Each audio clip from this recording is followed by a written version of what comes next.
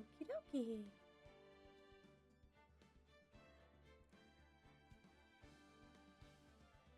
My stuff is live.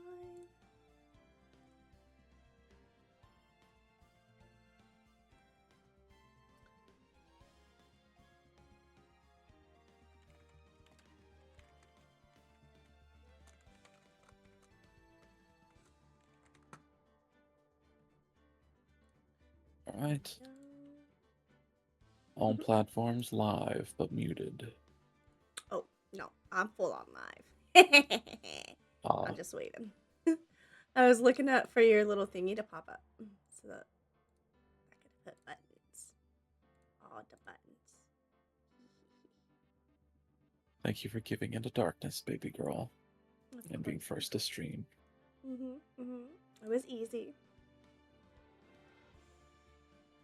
I would hope so. We go live at the same time.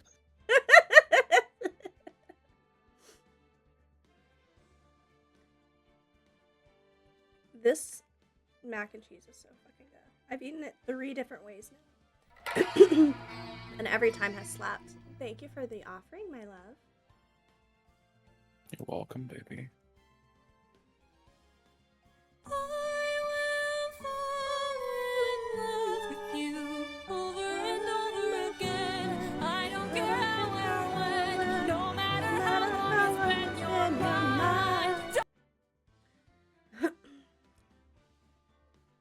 And now we have an olive tree. We do.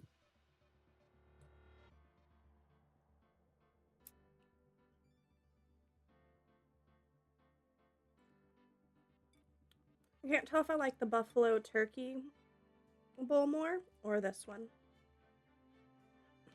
This one kind of tastes like tuna helper, which I'm a big fan of.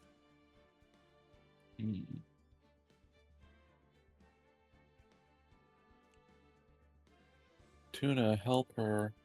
I barely know her.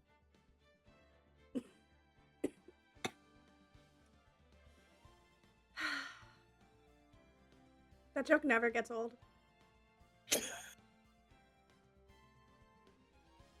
I'm glad you're not sick of it.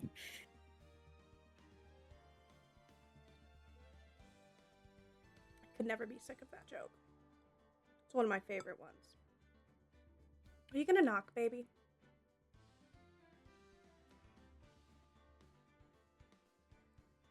Also, oh, no, I checked in and everything worked. I was gonna say, did you turn on Mix It Up? I sure did. And I have not. You have not what? I have knocked. Oh.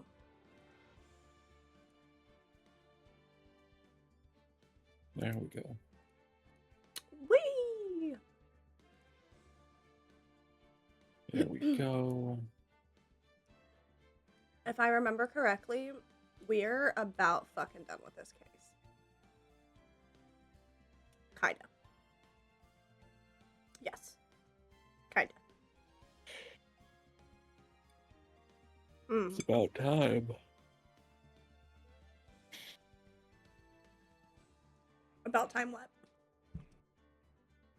That this case ended. Oh. Let me get a sip of my tea here real quick.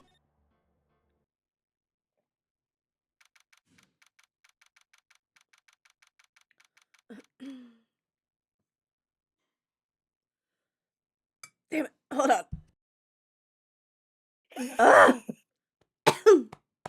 Okay. All right. So loud over here. Okay. Focus. March 22nd, 2:14 p.m. District Court, Defendant Lobby number 3. Dude, I can't believe it. I can't believe that Adrian. No way. Not cool and collected Adrian Andrews.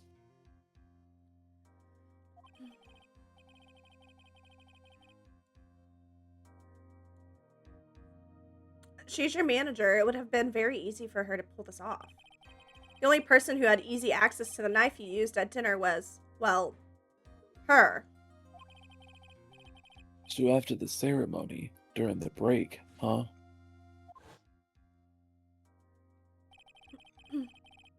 I was sleeping like a log the entire time. Jesus. See, she could have also easily planted that blood-covered button in your Akama. Because she was the one that came to wake me up. And, dude, you're saying it really was her? Yes. She is the real killer. She was the one who murdered Julian. Stop it! Julian? King Julian? Juan Corrida. My dogs are being crazy over here. Well, why? I thought you was buds with Juan. She has her own agenda. Her own agenda? What are you talking about? I'm sure you'll see by the time this trial's over. But I don't want to see her agenda. I'm gay. It'll be alright. I'll get you acquitted by the end of today. Give me a verdict that's refreshing like a spring breeze, okay, Mr. Lawyer Dude? God, I want to kill him. Phoenix. You think her motive is related to Celeste Impax's missing suicide note, right? Yes. Miss Andrews depends on Jesus. I'm all over the place today. Okay. Miss Andrews depended on Miss Impax as her strength and reason to live. But then Miss Impax suddenly killed herself. It sounds like she left a suicide note, and the person thought to have hit it is Juan Corrida, the victim of this murder. And that's why I think that Miss Andrews got close to Mr. Corrida. All to get the suicide note back. It sounds plausible. But one thing bothers me. What? Who was it that first told us about their relationship? Better stated, Miss Andrews' dependency issues with regards to Miss Impax. It was Edgeworth. Looks like he's still the one in command of this ship. Don't let your guard down yet.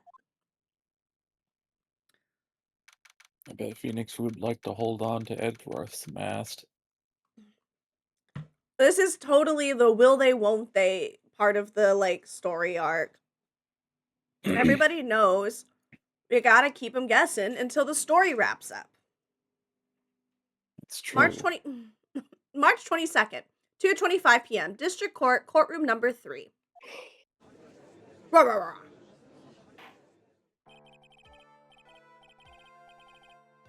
Court will now reconvene. Now then, Mr. Edgeworth, if you please. The prosecution calls the witness subpoenaed by this court. Miss Adrian Andrews. I feel like I'm fucking up the voice, hang on. Miss Adrian Andrews, the person who discovered the crime in Mr. Juan Corrida's room.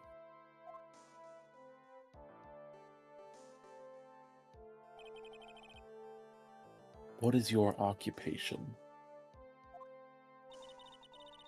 I'm the manager of the defendant in this case, Matt On Guard. I see. Now then. Before we begin, Your Honor, I have one request.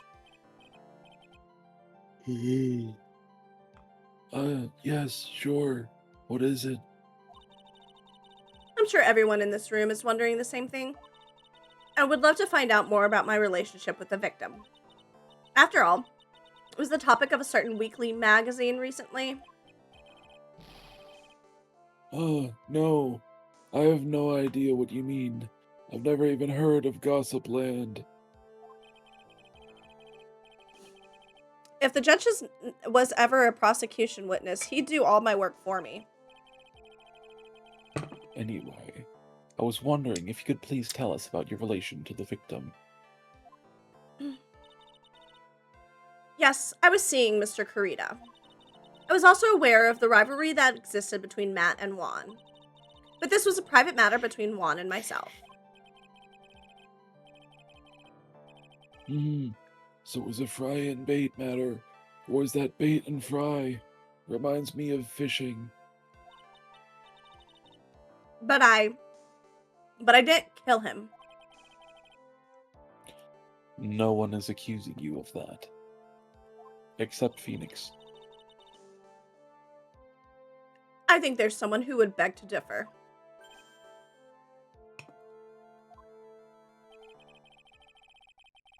I think we all understand your relationship with the victim now, Miss Andrews. Very well, then. Witness, please testify to the court. About what I've happened lost when you. you discovered the murder that had taken place. Oh? Uh-oh. Fuck. God damn it. VTube. Dallas, cut it Alright. out. Halloween model it is. Sorry, your model keeps acting wonky, baby. It's okay, baby. I'll probably have to remake him or something so he stops shitting himself.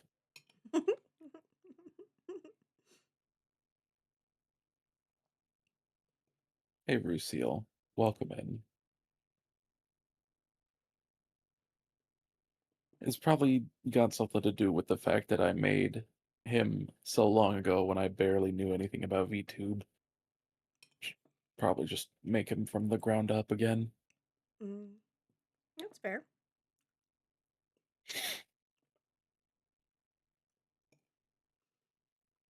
About what happened when you discovered the murder that had taken place. Thanks for giving into darkness, Lucille, and being second to stream. Okay, it didn't boot me from it. Perfect. I'm just waiting for your model to load in. Yeah, my model was fucking up, Lucille, so I'm using my Halloween one. Hi, Rusio! Okay. When I found the body, it was time for the show to start, so I went to get Matt from his room. After that, I went to Juan's room. And there was his dead body. I was in shock. What I saw was, naturally, the exact same scene as in the crime scene photo. I felt as though I was about to faint, so I poured myself a glass of juice. You got the juice after? And you didn't drink it? You poured yourself a glass of juice. Yes, sadly, I didn't remember not to touch things at the scene of a crime. I didn't disturb the crime scene by moving this one thing. Oh, wait. Fuck. And I disturbed the crime scene by moving this one thing. And that is when the fingerprints on the wine glass were made, Your Honor. Boop. You loaded it on my screen. Perfect. Okay.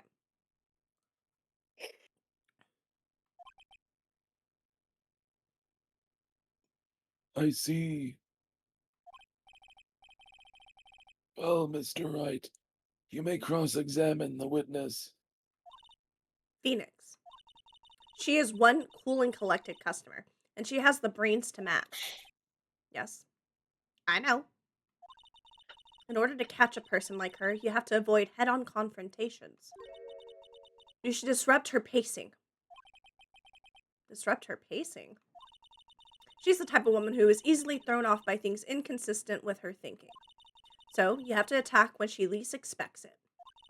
The instant you let up on your offense is the instant this trial is over. Understand? I'm nervous. So we have to question her on all the stupid shit. Okay. It was time for the show. It was time for the show to start, so I went to get Matt from his room. Lucille is currently on a 20-stream watch streak. Damn. Whoop, whoop. Good shit. Mm-hmm. Thanks for tuning in all these times. Oh, I was supposed to press on this one. Thank you for the offering, Lucille. And what was Mr. On Guard doing at that time? He was taking a nap.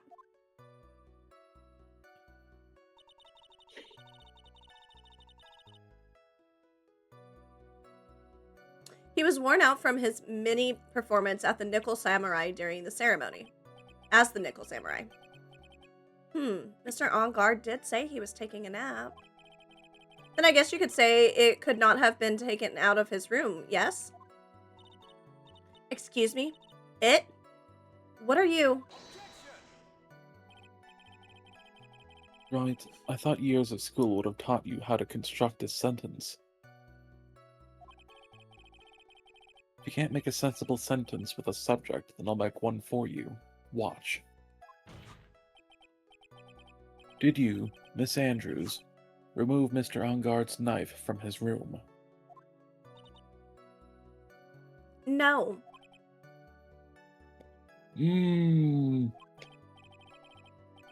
Subject, verb, object.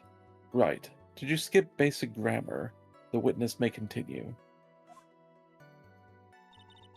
After that, I went to Juan's room. And why did you do that? As a friendly gesture, Juan was to make an appearance with the other heroes. So the show was supposed to be a show of friendship, huh? Is that the only reason? I beg your pardon? What are you implying? You had a certain goal in mind when you started to get close to him, correct? So perhaps you had a more personal matter to discuss with the victim? Sorry, but I didn't have any such intentions in mind at that time. I can't get her to talk without a strong piece of evidence, I guess.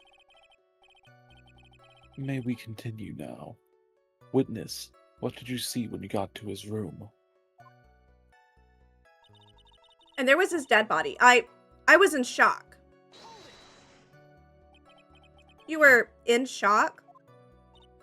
What? Was I not supposed to be? Miss Andrews is a very calculating person. Despite how close they were, I doubt she had romantic feelings for Mr. Kurita. Anyone randomly stumbling upon a dead body would be in shock. And you can't seriously expect what a young beauty like her would not be shocked. That young beauty, fuck. Somehow, I don't think beauty has anything to do with being shocked or not.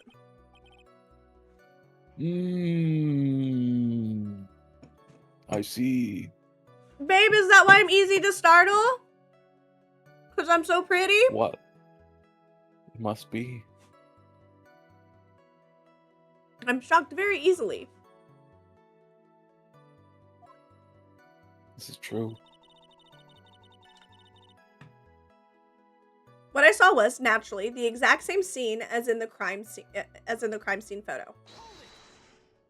But the glass of juice was in the photo. This is the photo you're referring to, correct? Yes, the one with the knife lodged in his chest. And the guitar case was like this too? Yes, it was open and empty, of course. And then, what did you do next, witness? I felt as though I was about to faint, so I poured myself a glass of juice. Juice? Yes, there was a bottle of tomato juice on the table, so I helped myself. But you didn't drink any of it, did you? Huh? There were no lip marks left on this wine glass to suggest that anyone drank from it. I wasn't feeling terribly great, so I set the glass down without drinking it. Miss Andrews, I would like to confirm with you one more time. When you discovered the dead body of Juan Kurita, you were in great shock. And that's when you poured yourself the glass of juice, correct? And what of it? My mind really was a complete blank at the time. Your mind was a complete blank? I didn't think that was possible for you. Aren't you rude today? I was so dazed that I made one careless mistake. That one thing. What one thing? Never mind. It's no big deal. Well, what was she starting to say just now? Miss Andrews, I'm convinced that, as you said, you made a mistake at the scene of the crime. What I really want to know is what this mistake was. Actually, so would I. I'm sorry, it's kind of embarrassing. When I set the glass down on the dresser, I accidentally knocked the flower vase over.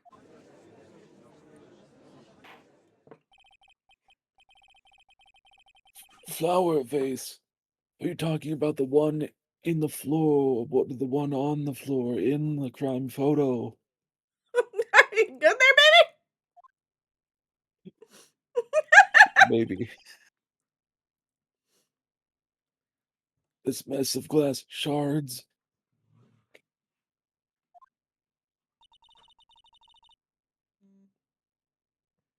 It was originally on top of the dresser. But when I bumped into it with my elbow, it fell onto the guitar case. Why did you withhold such an important piece of information? I'm sorry. I thought that since the crime scene was already in disarray, that people would simply assume the vase was just another part of the mess. It looks like yet another fact has come to light here. Ooh, 15 streak. I need to hit that button next time I do my redeem so I can see what I'm... It should be 100%, like, since it started. I don't know how many of the streams that would be, though. I mean, if you click on the redeems thing, you can see. Oh, it doesn't disappear? Nope. I'm at 14 on yours. Wow. But that's how long that the feature has been on your channel, as far as I know, because I've been to every one of your streams. Rusil says 15.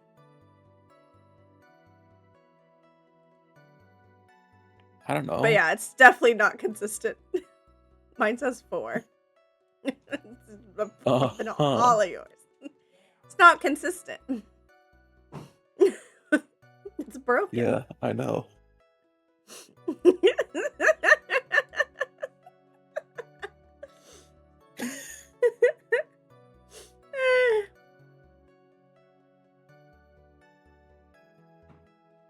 Did you read this line? Yes. Please add this and anything else you have to reveal to your testimony. I'm sorry, but I have nothing more to add. I didn't touch anything else.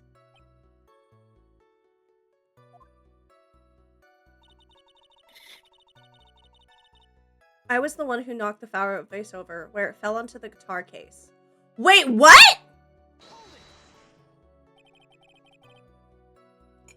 What kind of flower vase was it? It was a glass vase, and it was fairly big and heavy. I thought I would try to take Juan's pulse, so I set the glass I was holding down on the dresser. And that's when my elbow accidentally hit the vase. That's odd. I thought she was always in total control of herself. That's what she would like people to think. Always be mindful of the gap between your perception and reality. It doesn't sound like there's any glaring contradiction in her testimony just now. I warned you earlier that she would not crack easily. The only way to make her is to keep on the offensive and not let up. The only way you're going to catch her is with some very strong, decisive evidence. I have to find something. I just have to, for Maya's sake. A picture of the guitar case, I think, on the last statement, because it's open and that.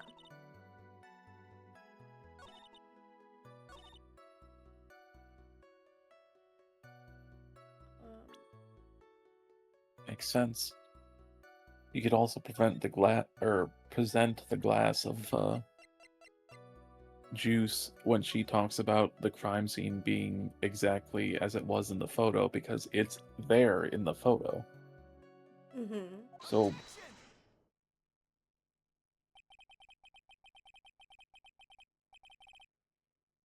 yeah, no, it definitely doesn't make any sense how it's there in the photo, but I think we'll circle back to it. She added the vase statement, and she said that the vase fell on top of the guitar case. You testified that you knocked the flower vase over. Is that correct? Yes. Are you sure it fell onto the guitar case? Uh, is there some problem with what I said? It's not some problem. It's a major problem. It's true that the top of the guitar case was wet with water. However, that's exactly what is so strange. Miss Andrews, you testified that the vase fell onto the guitar case. However, if that was true, the case should have gotten wet on the inside, not the outside.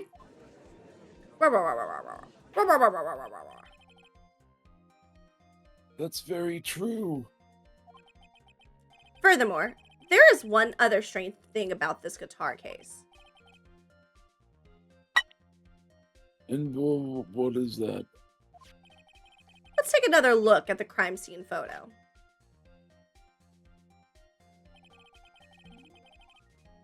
The remains of the vase are scattered on the floor. And what is wrong with that? If the guitar case was open when the vase fell, the glass shards should be inside, not outside the case.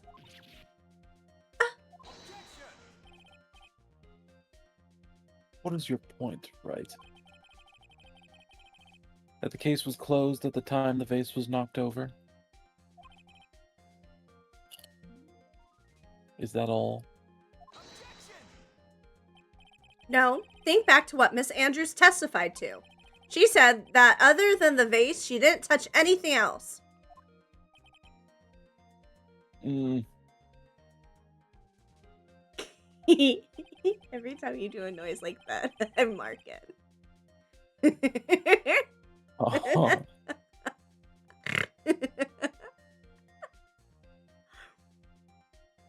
Yes, that's right. She did implicitly say she didn't touch the guitar case.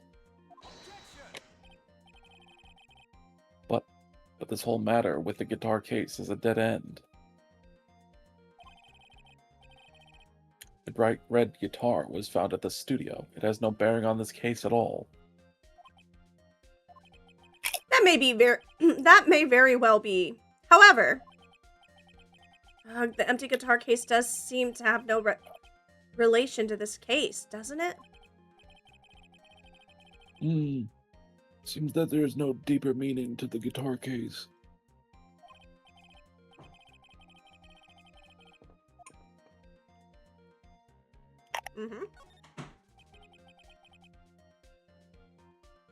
The empty guitar case.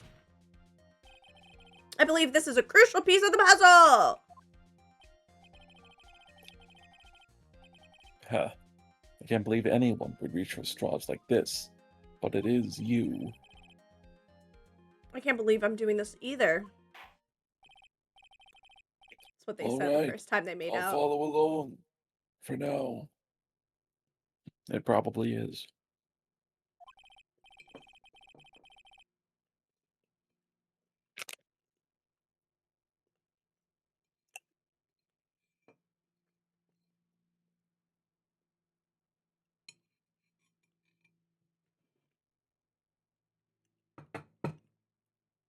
Babe? I read it, I think. I don't remember that. Miss Andrews, please testify to the court about the guitar case. Yes, Your Honor. That was stop. I don't remember too clearly because I was a bit dazed. I suppose I must have opened the guitar case after I knocked the vase over. It's not a big deal though, right? The case was empty after all. As for why I opened the case, even I don't know. Mm-hmm.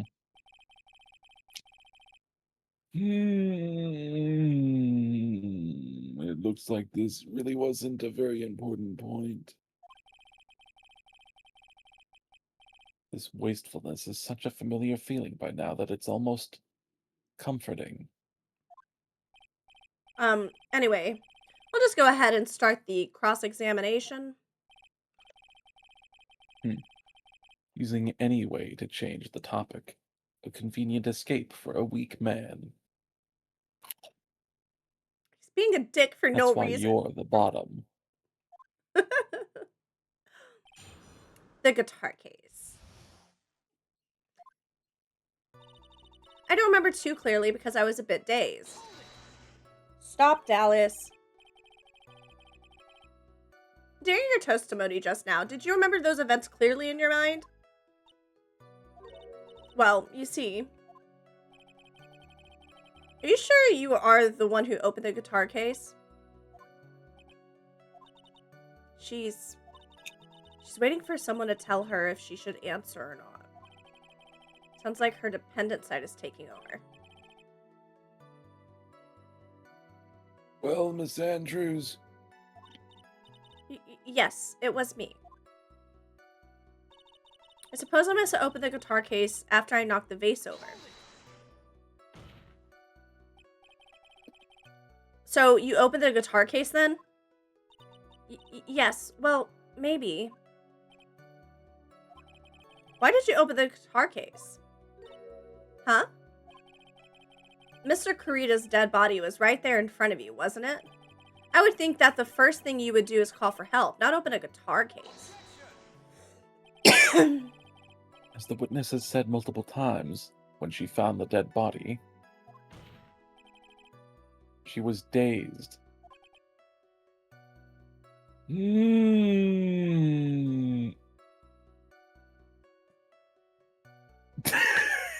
I saw you mark that one. Maybe I was curious to know if the bright red guitar was alright or not. I thought maybe the criminal took it. Why would she care about the bright red guitar? But getting back on topic. One thing. When you, press them, does Phoenix's voice sound different to you? What do you mean? Like, when he says, hold it, it sounds different than usual, like, deeper? Oh, I don't know. I'll have to focus more to hear it.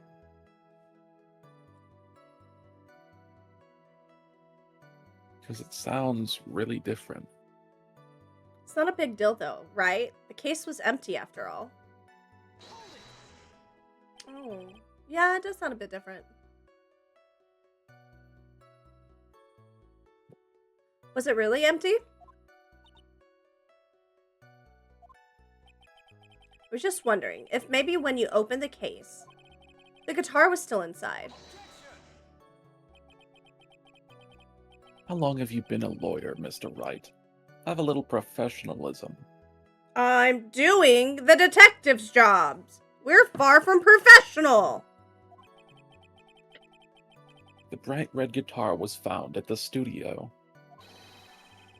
These trials would be over in half the time if you would just pay attention. Yes, pay more attention, Mr. Wright. Sorry. Damn. As for why I opened the case, even I don't know. Was that because you were shocked and dazed at discovering the victim's body? Yes, that's probably it. I'm not going to get anywhere if I continue pressing her like this. The only way to make her talk is with evidence. I guess I should give it a try. Come on, Phoenix. We can't afford to let up on her now. I wasn't planning on letting up, but she's at her weakest now, so this is our chance. Yes, if we have a weapon to hit her with. I'm sure a weapon is hiding somewhere in the court records, waiting to be found. I'm gonna grab a can of soda real quick. I'll be right back. Okay, Habibi.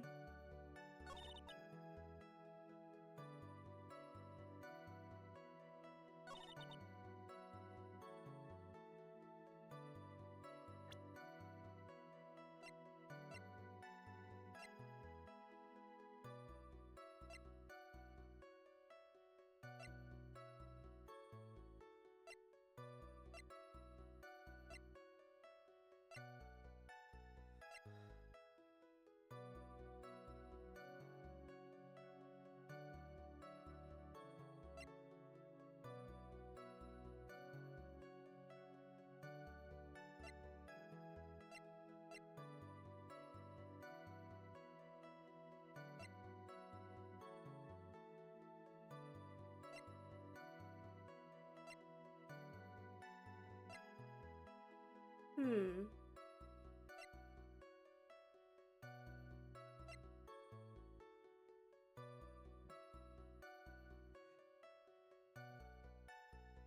I'm back. Welcome back, Habibi. Thank you, baby girl.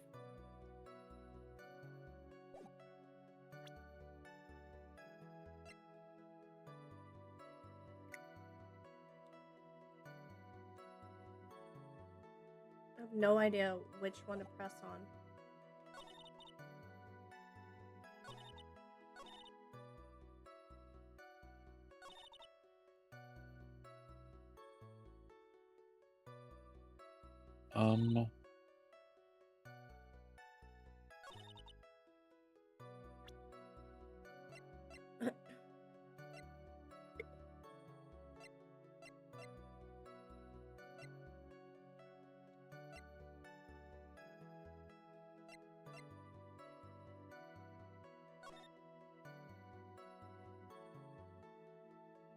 It said that the guitar case has Juan Carita's fingerprints on it, not hers. Can we present that when she says I must have opened it? Yeah. That makes sense. Hey, Outcast. Welcome in.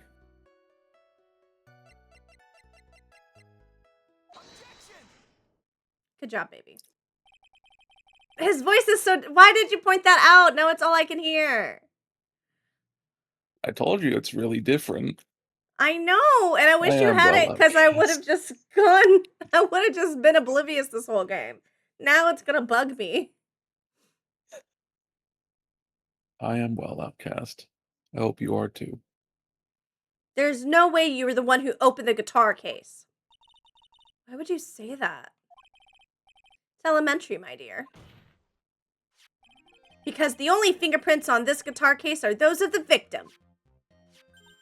Ah!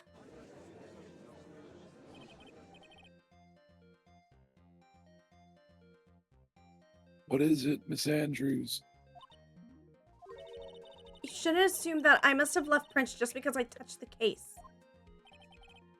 What do you mean? What if I were to tell you that I was wearing gloves at the time? Gloves? But why would you be wearing gloves at the time? It was the night of the awards ceremony. So of course I dressed up for the occasion. Yes, now I remember. I'm almost sure I was wearing a pair of thin gloves. I see.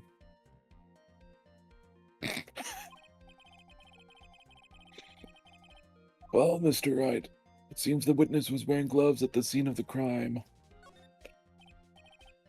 I guess so. Oh, I didn't even hit what I didn't even see what I hit. What I hit. You hit nothing seems strange about that. Damn. I probably should have hit the other one, huh? I was blindlessly clicking. Clicking. I guess so. Probably. I guess that makes sense.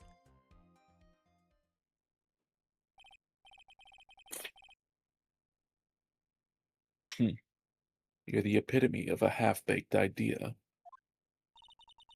A brain is to be used, not to look pretty for med students carving cadavers. Looks like I need to bake my thoughts just a little longer.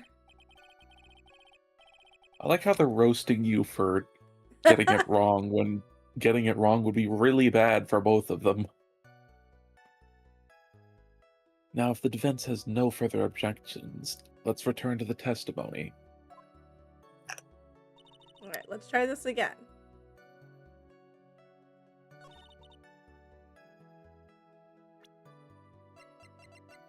Okay. That's not the guitar. I hate it. I hate it. I hate it.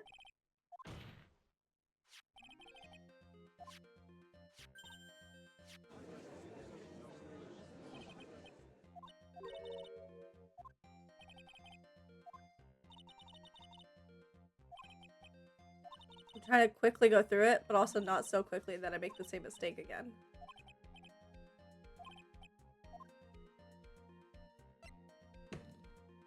That's strange. You were wearing gloves? Isn't that a little strange? Why is that strange? Do you have something that would prove I was not wearing gloves at the time? Fingerprints on the juice cup? Baby! Look at you! I have your proof right here. This wine glass. The wine glass? You left your fingerprints very clearly on this wine glass. Even if you took your gloves off when you poured yourself this glass of juice, wouldn't you think it was just a little strange that you put your gloves back on just to open the guitar case? No! What? Her glasses shattered and then reformed. Did you see that? Magic! Oh, I'd be so worried about shards of glass falling into my eye. Order! Order! Order! Looks like you hit the nail on the head this time. What do you mean? I believe that guitar case plays a very important role here. But it's just an empty case. I wonder if it really was empty, though. But the guitar! The bright red guitar was at the studio! Phoenix, He drop all your hid the presumptions. fucking costume in the guitar case. Phoenix, drop all of your presumptions. What was in the guitar case was not the bright red guitar.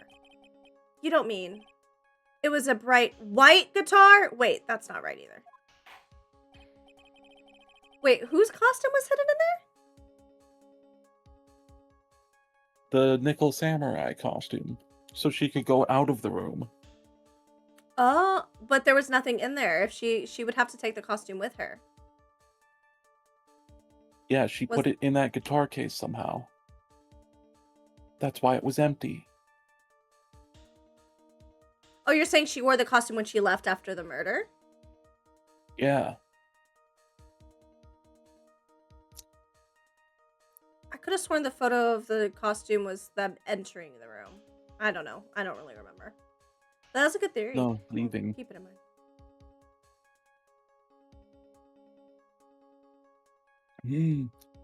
I admit it would be unnatural for someone to do that.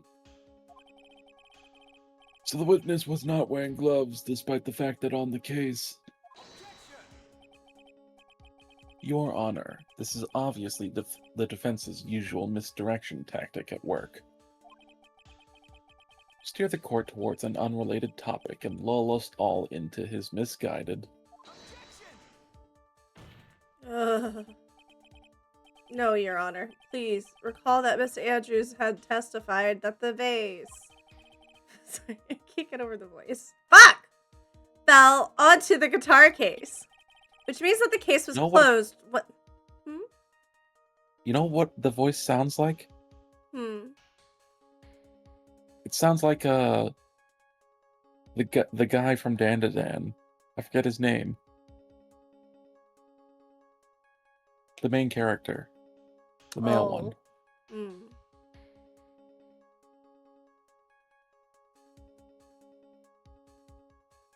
I'll keep my ear out. Which means that the case was closed when the crime took place.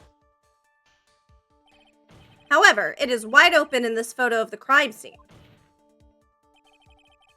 I'm sure this guitar case has some relation to the murder. If you are so sure, Wright, then I'm sure you can somehow substantiate your outrageous claim, correct? Please, enlighten us as to why that guitar case has anything at all to do with this murder. Can you do... Oh, wait. Can you do that, Mr. Wright? Well, let's suppose for a second that the bright red guitar was not the only thing that could have been in the case. The bright red guitar not being the only thing? You don't mean to suggest that the bright black guitar was... So, you intend to push your theory that the case was not empty. Is that it, Wright? I wouldn't say something I didn't intend to prove. Deflate that head of yours. You haven't proven anything yet. But you usually do that for him. Now then, let's have it. What was inside this case at the time of the murder?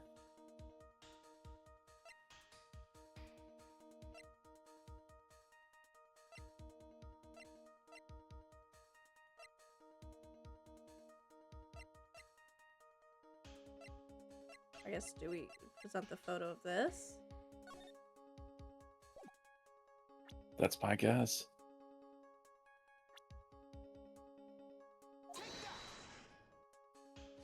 Nope, there's still me. Wait. Oh? This is a photograph. Yes. But what is important is what is in the picture, Your Honor. Wait. In this picture... It doesn't take a genius to see what I mean. What I'm proposing is... Inside the guitar case was the Nickel Samurai, the hero's very own costume. What? I was right. Yeah, baby. Mr. Wright, explain yourself. Right. Are you saying that the witness opened the guitar case to take out a costume? What insane point would there be to do something like that? That insane point would be to wear the costume, of course. Miss Andrews put it on to hide her identity so she can make her escape. After all, you couldn't let anyone see you leave, could you, Miss Andrews? I refuse to accept your theory. Your game theory. Do you have anything to support such a preposterous idea? Just outside the door was an investigative photographer who was starving for a big scoop. And in the end, she managed to get this shot, correct? You mean this photo?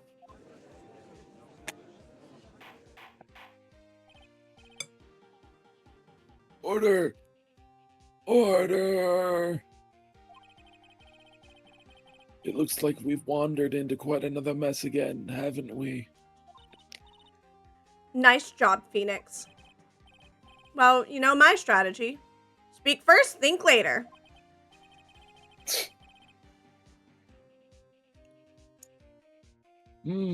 So the real murderer was hiding inside a costume.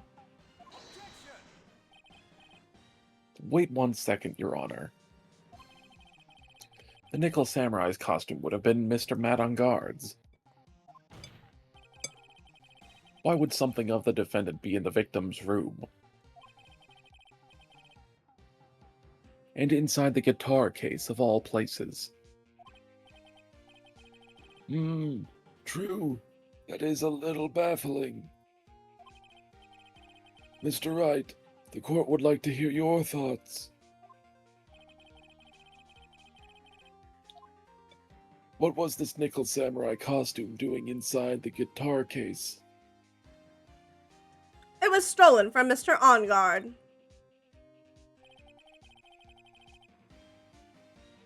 I think it may have been stolen from Mr. On Guard. Stolen? But why would someone do such a thing? maybe the thief wanted to interfere with the post-ceremony stage show.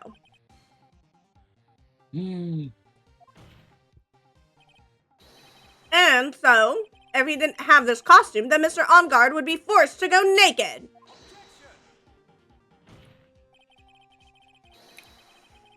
Maybe you should be stripped naked and run out for making a mockery of this court. Oh, you want to see him naked? Wild. Yes. Excuse me? Blush. Mr. Madangar did not take his costume off after the ceremony. Award ceremony. He even testified that he took a nap while still wearing his costume.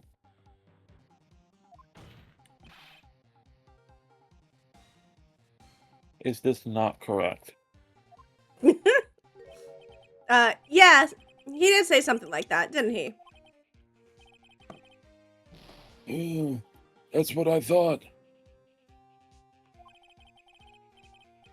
Let's try that one more time, shall we, Mr. Wright? Mr. Wright, the court would like to hear your thoughts. What was this nickel samurai costume doing inside the guitar case? It was a spare costume. Mr. OnGuard did not take his costume off during the break period. In that case, the costume we were talking about was a spare one. What? Then, are you saying that on the night of the murder, there were 2 nickel samurai costumes at the Gatewater Hotel? Yes, that is what I am saying. And how do you explain the costume that was inside the guitar case? It would mean that the victim himself had brought this spare to the ceremony on purpose.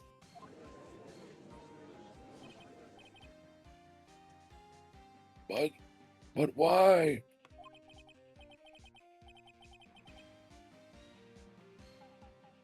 The victim, Mr. Kurita, was the Jammin Ninja. Why would he secretly bring the Nickel Samurai spare costume with him? What could be the reason behind such a peculiar act? And therein lies the sticking point.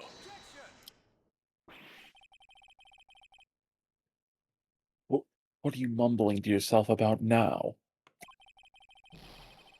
Have you just been rambling all this time without any sense of inner monologue? Huh? No, I just... Mr. Wright, please explain yourself. Why do you think the victim had the Nickel Samurai's spare costume? Phoenix, are you sure you can explain this one? Think carefully before you answer, and then answer with gusto. I believe in you.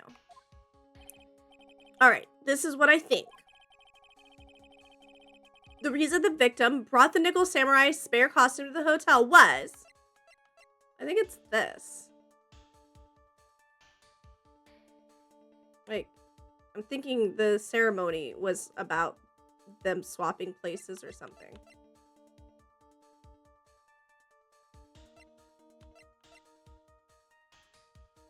That's kind of similar to what I was thinking. I was thinking that the Jammin Ninja would take the spare costume, because he wanted to be the Nickel Samurai. Well, either way, let's check it out. What is this? On the night of the murder, after the stage show, the Nickel Samurai was going to hold a special press conference. A press conference? Yes, the Nickel Samurai was supposed to confess something at this conference. I heard about this as well. For once you're not making something up, right? But what struck me as strange was that OnGuard himself said he had no idea he was supposed to be holding a press conference that night.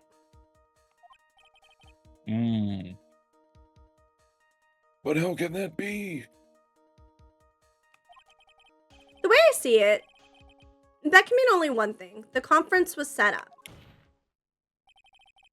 by none other than the victim, Mr. Juan Corrida himself. The victim.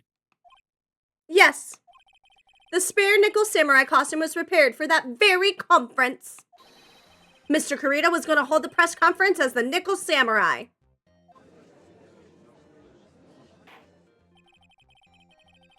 He was going to dress up as the Nickel Samurai and hold a conference. But why would the victim do such a thing? That's something I don't quite know yet. However, what I am concerned with right now is what he intended to reveal at that conference. The Nickel Samurai was going to confess something. And by confess, I'd wager he was going to reveal something about himself.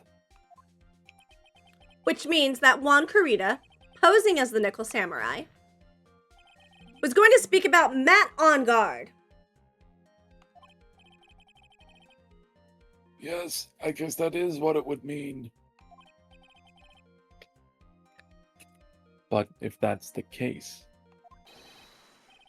that's not a confession. That's public disclosure. Semantics. Oof. Miss Andrews. I can see why you are pros at what you do. Pardon me? Yes, just as you say, the press conference was set up by Juan.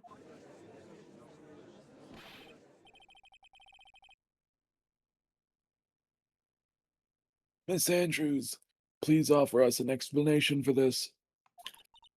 I was the one he asked to help set it up. And the person who prepared the second costume for him, that was also me. You! Juan had bet everything on the Jammin' Ninja this year. And if he lost the Grand Prix, he was going to make sure Matt was going down with him. That's what he thought anyway. He was going to ruin him, huh? It looked like somehow Juan had it in his head, a secret so powerful that it would destroy Matt's acting career had it been revealed. What?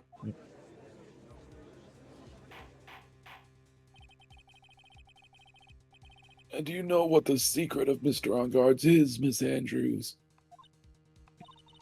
That's something only Juan knew. I don't know what it is. Ah, I see. I've probably been coming off quite suspicious to everyone. But that's to be expected. I've been trying to protect Matt after all. Protect Mr. On Guard? And yet again, another strange bit of truth comes to light, it seems. Miss Andrews, if you could, please tell us the truth about your behavior. Yes, Your Honor. I understand. I gotta turn on my little heater. It's cold.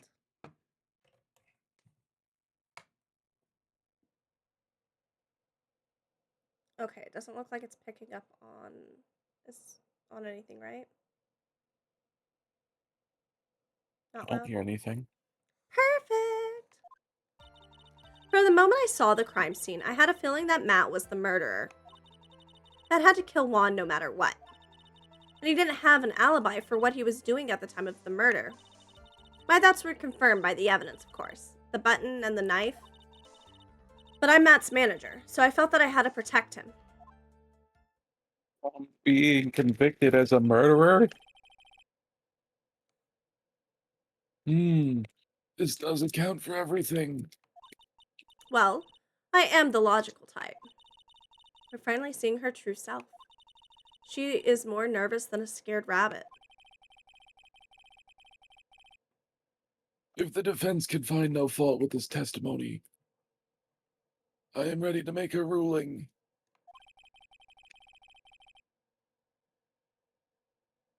Please keep that in mind as you cross-examine Mr. Wright. Looks like somehow everything has swung to the opposite end of the scale again. That just means I have to put my weight into this and turn her logic upside down.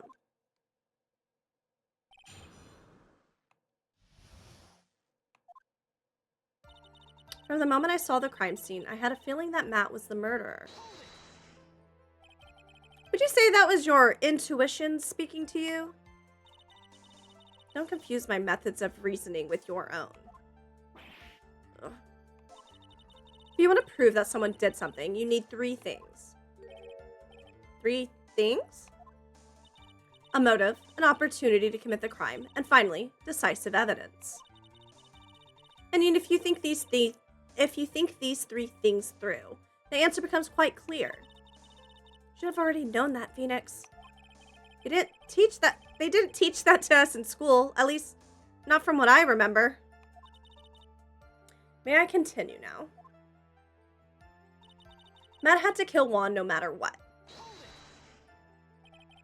So, would you say this need came from the press conference? Yes, do you know why Juan chose that event and that hotel for the conference? Because that was when he could cause the most damage to the public's beloved Matt on guard. And you knew of this plan, didn't you, Miss Andrews?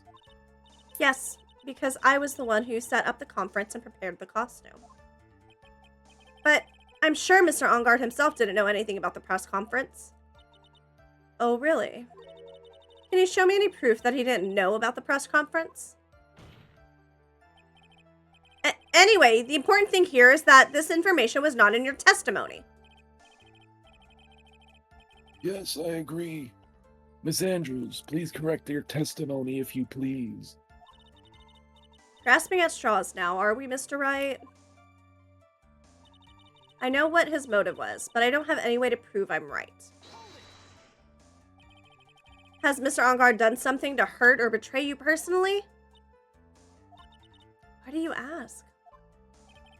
You were the one who helped Mr. Corrida with his press conference. And that event was supposed to bring down Mr. Ongard, yet you still helped him out.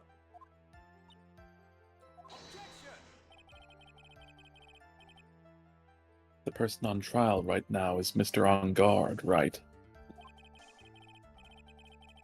What the witness was thinking, helping the victim with his plan, is none of our concern. In any case, this means that the defendant had a motive to kill. Why do you keep doing this? Why do I keep doing this to myself?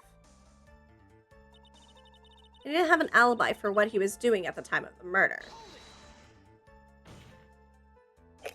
But didn't you already testify earlier that Mr. Ongard was taking a nap in his room? Are you telling me now that that too was a lie so you could cover for Mr. Ongard? I'm not telling you anything of the sort. When I went to get him for the show, he honestly was sleeping. However, as to whether he was sleeping the entire time, that I cannot say. I was too busy setting up the stage at the time. I keep trying, but I can find no flaws with what Miss Andrews has said.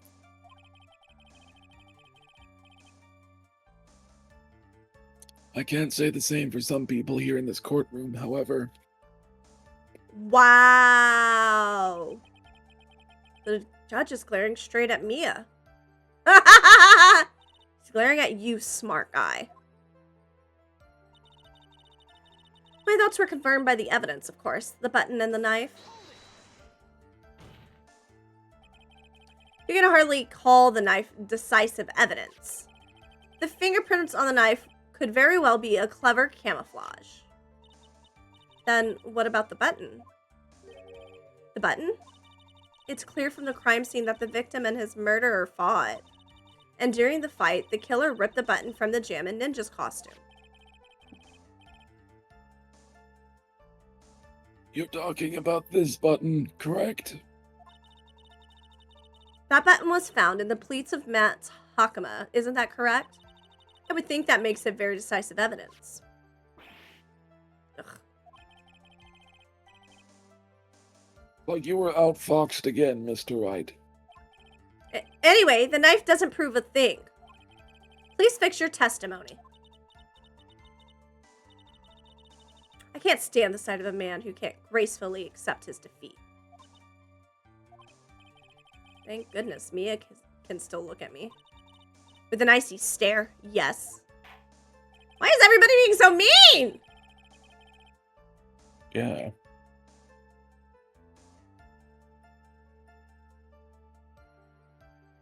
All right. Miss Andrews, for Mr. Wright's sake, please add this information to your testimony. The button was torn off Juan during his fight with Matt. And how do you know that? When the end of the threads of the button and the costume were matched up, they were found to fit together perfectly. Or so I heard. Heard that before too. But why would Miss Andrews know about this case down to such a fine detail? Don't look at me like that, just because I'm prepared and you are not. Ugh. And I thought I had heard this time for sure. If there's anything to trip her up on, it has to be here. But where and what? But I'm Matt's manager, so I felt that I had to protect him. Oh, shit. But what you really did was stab the guy in the back, didn't you? And at the worst possible time.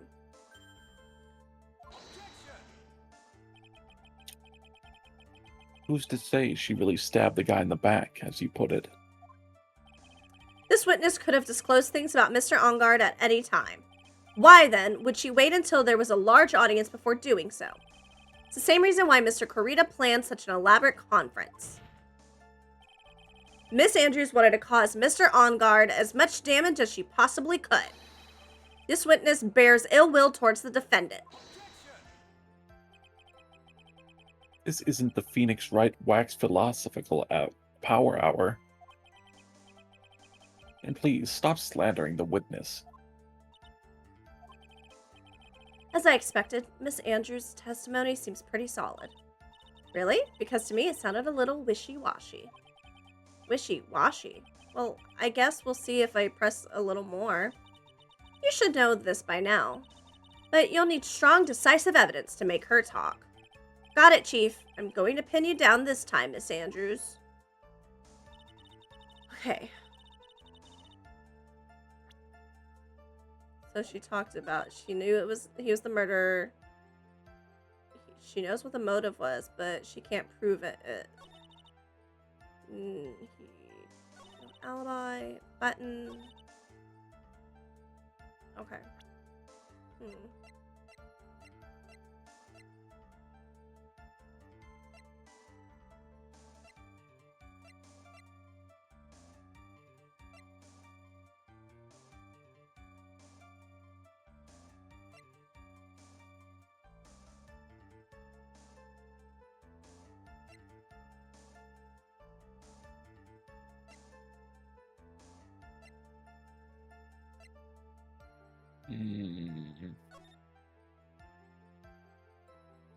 She felt like she had to protect him. Why would she wear the costume out of there, thereby implicating him for the murder?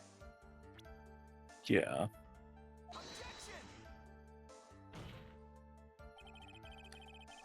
Damn it!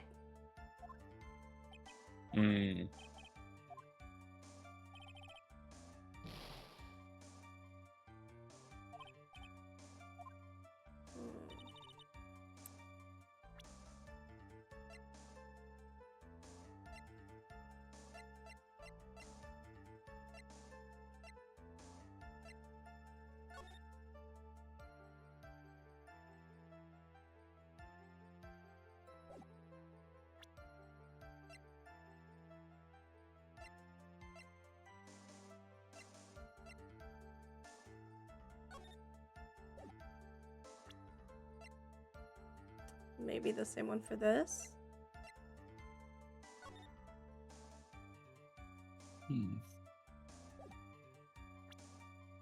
Unless it's completely... Oops.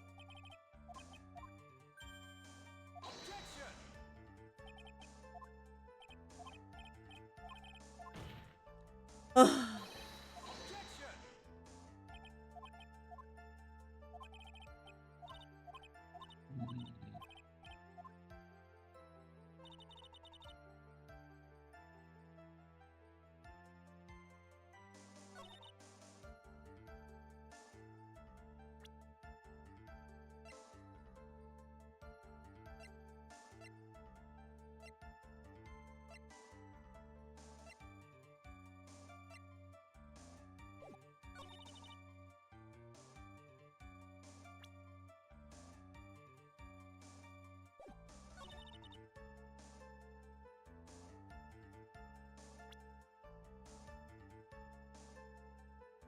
have no idea. That was my one theory.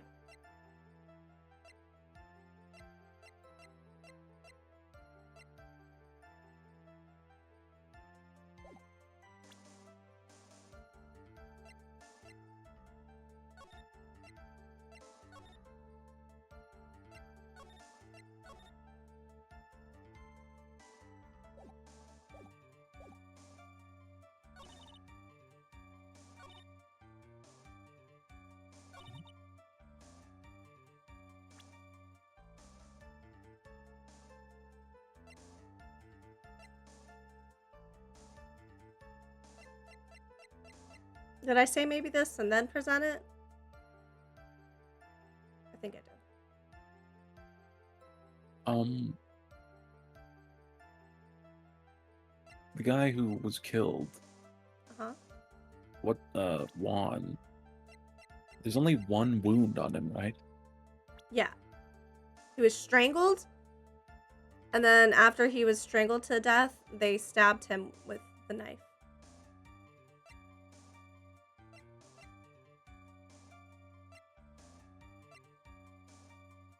Yeah, strangled with a scarf, then stabbed with a knife. So when she says that the button must have come off during the struggle, if it did come off during the struggle, the button wouldn't have blood on it. The button has to have come off after he was stabbed.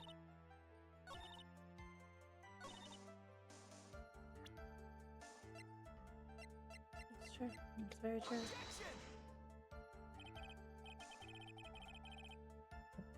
Your Honor, what do you think about this witness's statement?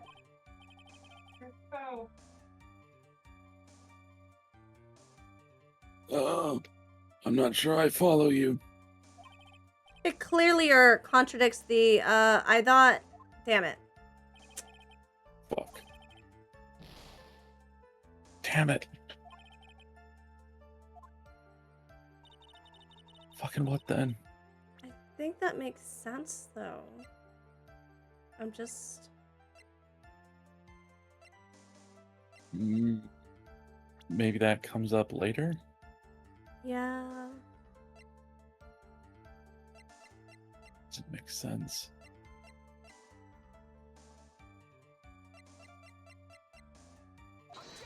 Oh shit! I did not mean to present that. Okay, well... Well, this is, Good thing I saved. I was trying to look at the photo, and, instead I, There we go. I'm pretty sure I, pressed on all of them. I'm being called. I have to be right back, baby girl. Okay, Habibi. See you in a moment.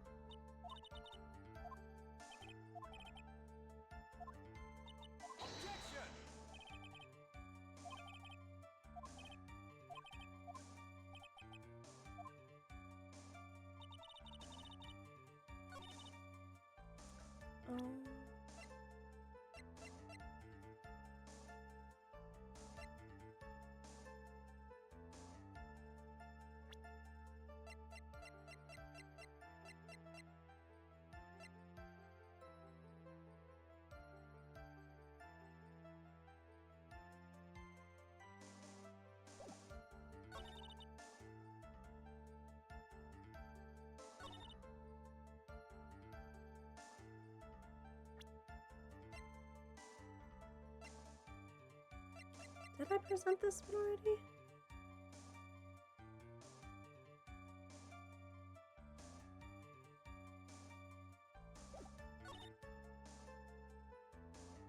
Let me double check.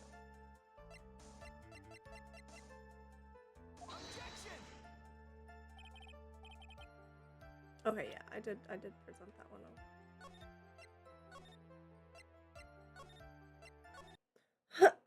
Okay, so then let's see.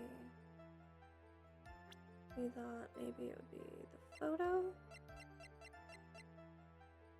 Oh, I accidentally presented that and it wasn't it.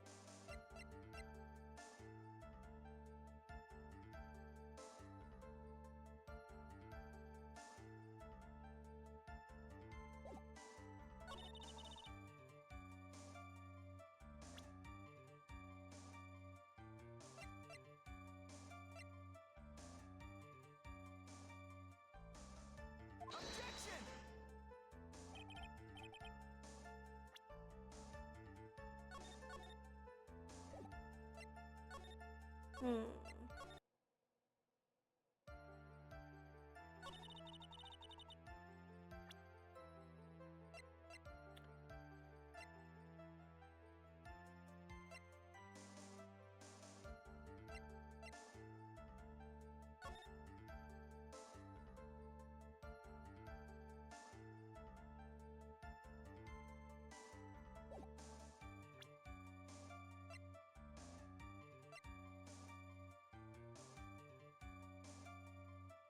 Hmm.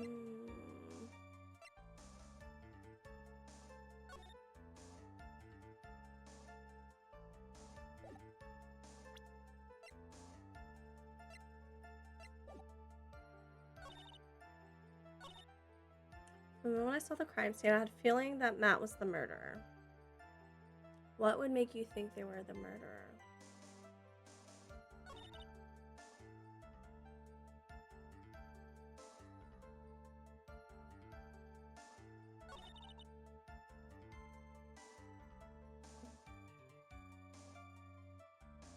He didn't have an alibi for what he was doing at the time of the murder.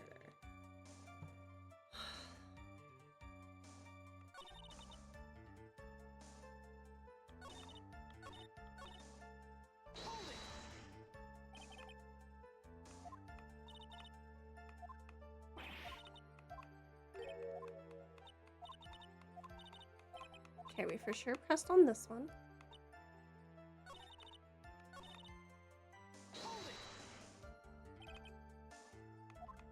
We definitely pressed on this one.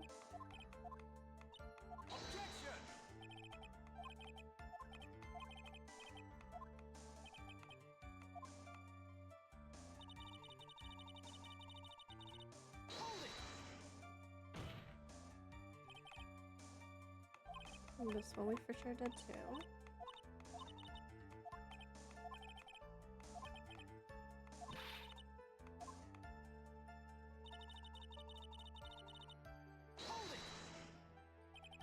We did this one as well. How do you know that? If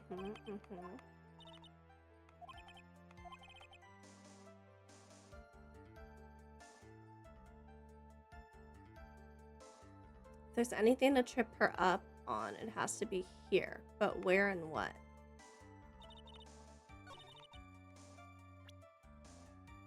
I'm back. Welcome back, baby. Thank you, baby girl. So, I accidentally pressed this one last time and it was wrong. We presented this one. I went back and re-looked, and he definitely said if there's anything to trip her up on, it's got to be this one. So,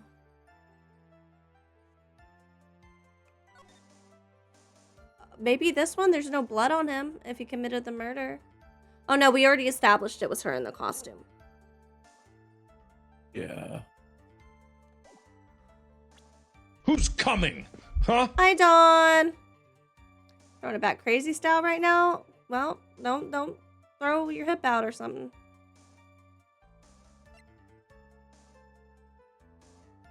Maybe the knife? Maybe. Nope. No. Thank you for the offering.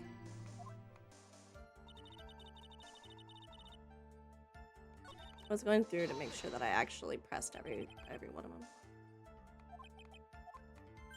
You're the first person who dared to tell me what I can and can't do. The autopsy Thank you for the report self-care, we're saying Dawn. Button. The autopsy report saying the button?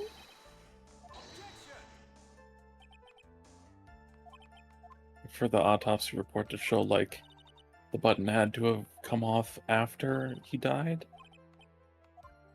Well, the autopsy report. Oh, fuck me. God damn it. I plan on it. I keep accidentally presenting stupid shit.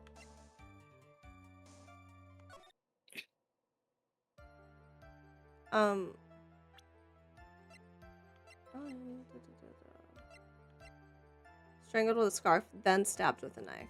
Okay, so... Nice. There we go. This is the victim's autopsy report. It clearly states that the cause of death was strangulation by a scarf. Strangulation? The knife stab to the victim was done after the victim had already died. And what does that mean? Let's examine the evidence. I told my kids I'd make them dinner, but then I realized I don't have enough time. I've heard that one before. Minus 10 points. Minus 10 points from Gryffindor. Thank you for the biddies. I think Dawn's a Slytherin. I know you. Oh, yeah. I'm pretty sure, right? Dawn, you're a Slytherin? I used to be a Slytherin. Then I took a wife to the balls. Whoa, you're a Huff? Yeah, that makes sense. You're autistic. I'm also Hufflepuff. When you retook it, that's what came back as Hufflepuff? Yep. Yeah. I rocked with the Hufflepuff. That's what I decided because I got tired of going between Ravenclaw and Hufflepuff. So when I just took the final test, I was like, this is what I'm going with. Let's examine the evidence. This button has the victim's blood on it, which would mean that it was ripped off of the costume when? After the knife was stabbed into the victim. Exactly, which means it is important that this button was torn off during the victim's final struggle because the victim was strangled to death in that fight! Welcome in, Pumpkin! You're amazing and a blessing. Thanks for giving into darkness. Thank you for the offering. Ah! That's right, Miss Andrews. There is no way this button was ripped off during the struggle. Oh. Tell that joke, How do baby. trees access the internet? They log in. Thanks for the 5 bits, Dawn.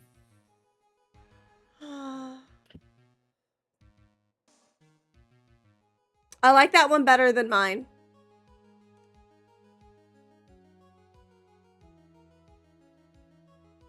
Now I'm upset. Betrayal. This button... I want a dinosaur joke! Give me a dinosaur joke next time, Dawn. Love dinosaurs. Dark always gets the better joke? Why? Because he's trying to rizz you up. Or because I'm harder to make laugh, I guess. I make you hard. You do. All the time. This button was consciously pulled off of the victim's already dead body.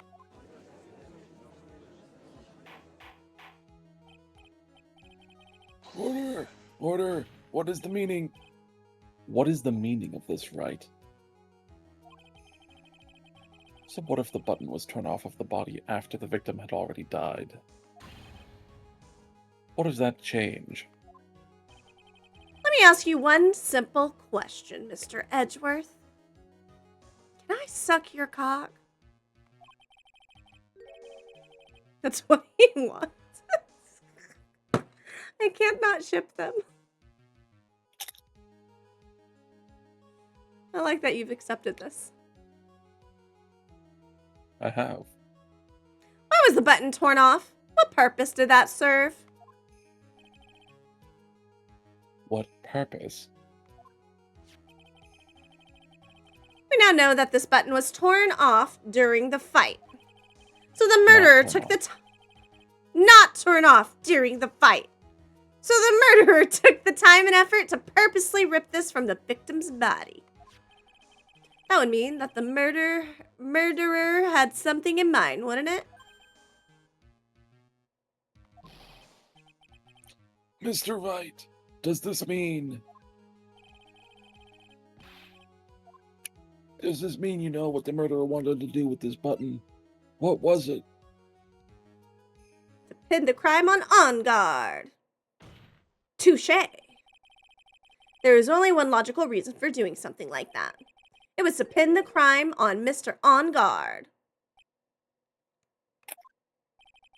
There is no way someone would put a bloodied button in their own pants.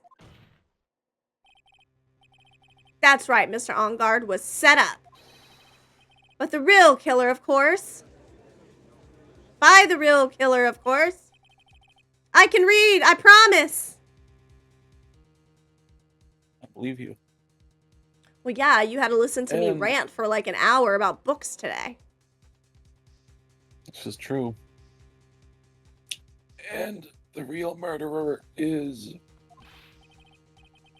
Well, Mr. Wright, just who in the world is the real killer then? Finally. I can't believe I managed to bring this trial all the way up to this point. Phoenix, you can't let your guard down yet. Not until the very end. The real killer, the person who planned to frame Mr. On Guard is...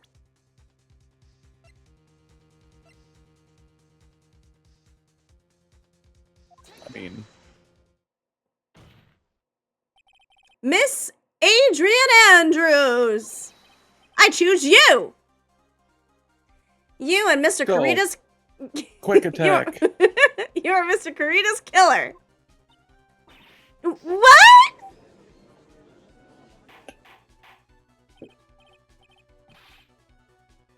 Order! Order! Order! Mr. Wright! This is a very grave matter. Do you have any evidence that supports your charge? Any evidence? All of the evidence points to Miss Andrews. What? How preposterous! You can't stick any of this on me. I can't, can I? Would you care to test me? Then what about this knife? The knife was used to stab the victim after he had already been strangled to death.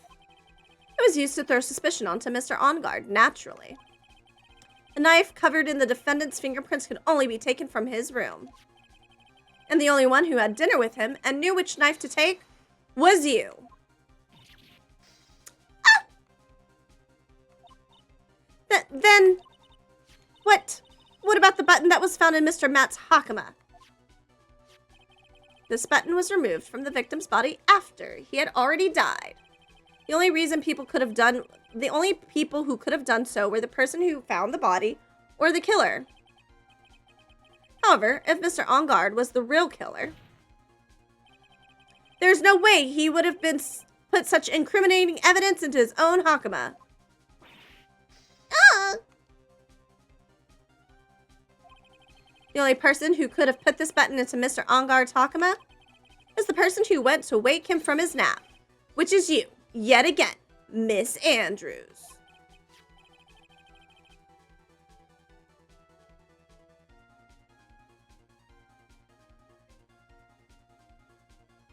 You beat me to it. I see. What about the empty guitar case? That is also another piece of evidence that incriminates Miss Andrews. That costume was used to hide the real killer's identity as they fled the crime scene. Now, who would have known that there was just such a costume inside the guitar case? It could only have been the person who prepared the costume for the victim. And that person is you, Miss Adrian Andrews. No, But Miss Andrews' fingerprints were nowhere to be found on the guitar case. And it was you who proved that she was not wearing gloves at the time. That's right. That's because she did not intend on leaving any prints. If anyone had found out that she had touched the case, they would have asked her why. So to avoid leaving any prints, she used a towel or something else to open it. But the glass of tomato juice is a different story. Miss Andrews purposefully left her fingerprints on the glass so that, yes, indeed, she was the classic dazed discoverer of a dead body. Ah! To top it all off, there is glasses. There is this photo. A photo of the killer as they exited the scene of the crime. No reasonable person on earth can believe this nickel samurai is Mr. Angard. This photograph. It's a photo of a photograph. There's another fucking photograph. Because I photographed a photograph. He would be much too short for his own costume if it was him. Speaking of how tall people are, I want to climb you like a tree, baby. Gladly. Miss Andrews, you're also kind of short in stature, aren't you? Insert Edward freaking out. Who are you calling a shrimp? Please stop. Well, how about it, Miss Andrews? I've got her this time. Miss Andrews. I refuse to testify. What was that? There's a law. It says I can't be forced to testify about something if it can incriminate me. Well, yes. You are absolutely correct, Miss Andrews. The law does provide us with a way to avoid self-incrimination. By allowing a witness to not testify if the testimony can cause damage to themselves. What? Pleading the fifth is not something most people would think to do on the spot. Actually, thinking back to yesterday in Mr. Angard's room. Adrian Andrews. Yes. Think hard about what we just discussed. Understood? All right.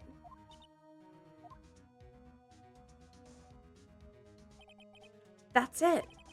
That's when Francisca planted this idea into her head.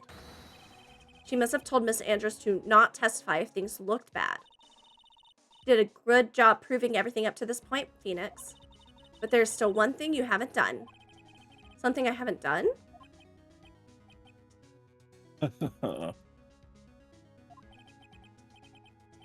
What's wrong, Wright?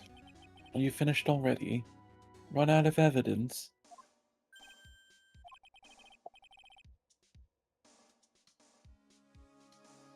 What is so humorous, Mr. Edgeworth?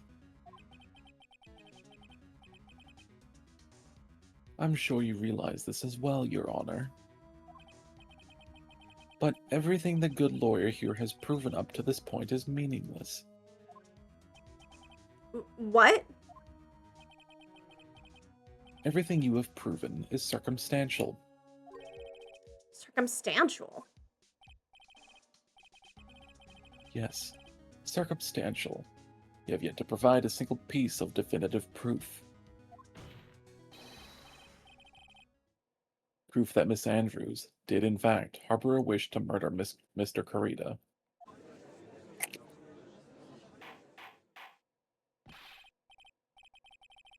Miss Andrews, did you want to kill Mr. Kurita? I believe this may lead to me incriminating myself, so I will abstain from answering. But Miss Andrews, if you do that, it would be the same as admitting your guilt, don't you think? Maybe so, or maybe not. There is nothing to prove it. There is nothing to prove it either way. Besides, you don't even know what crime I would be guilty of due to my silence. No, she's taking that defiant attitude again. Mia, what should we do? Somehow, we've landed in the worst possible situation. I think we have reached a certain conclusion at this point in time.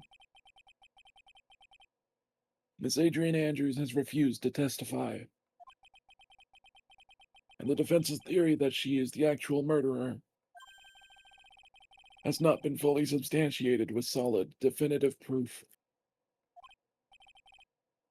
But that's not true. In this situation, there is only one thing this court can do. And that is to declare a recess. Recess? I request that both the prosecution and the defense look further into this matter. And at tomorrow's trial... Tomorrow?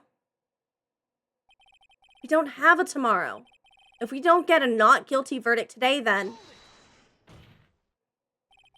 Please wait, Your Honor. That's not necessary. The trial. Please continue the trial. What are you sweating for?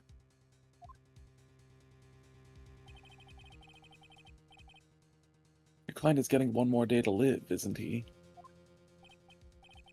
That's not it. This isn't about that. Edgeworth, I know you know who the real killer is. Please, let the trial continue. If I don't get the verdict, then Maya...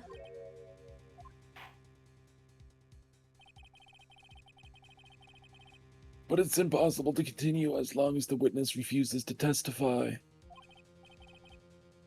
Now then, this court is...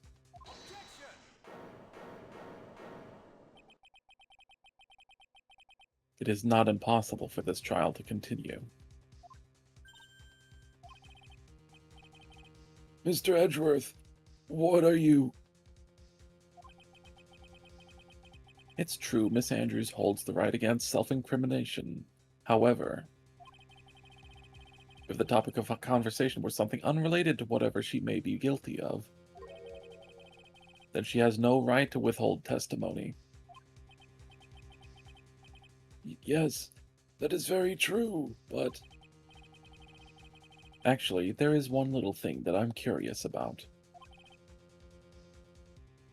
Miss Andrews. When you found the victim's dead body, you poured yourself a glass of juice.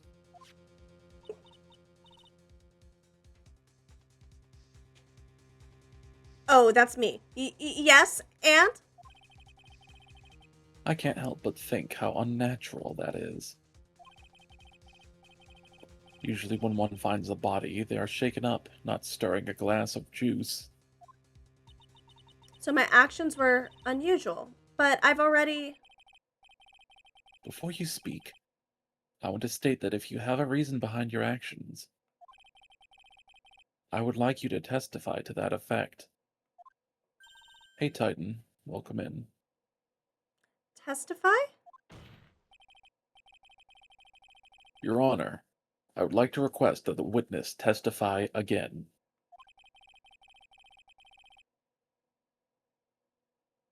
As to what happened when she first discovered the victim's body. Whatever we found out in this testimony should in no way implicate the witness.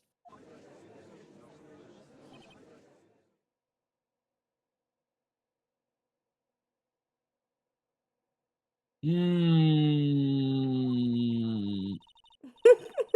don't know what it is about Edward today, but I can't get a good read off of him. No. That is in a later game. Is that is that the title of a game? There's a character, another clown character that everyone's obsessed with. I've been asked multiple times about them at this point. No, that's a later game. It's not time for Clussy Fever, Titan. Calm down. Is he friend or foe? I just don't know.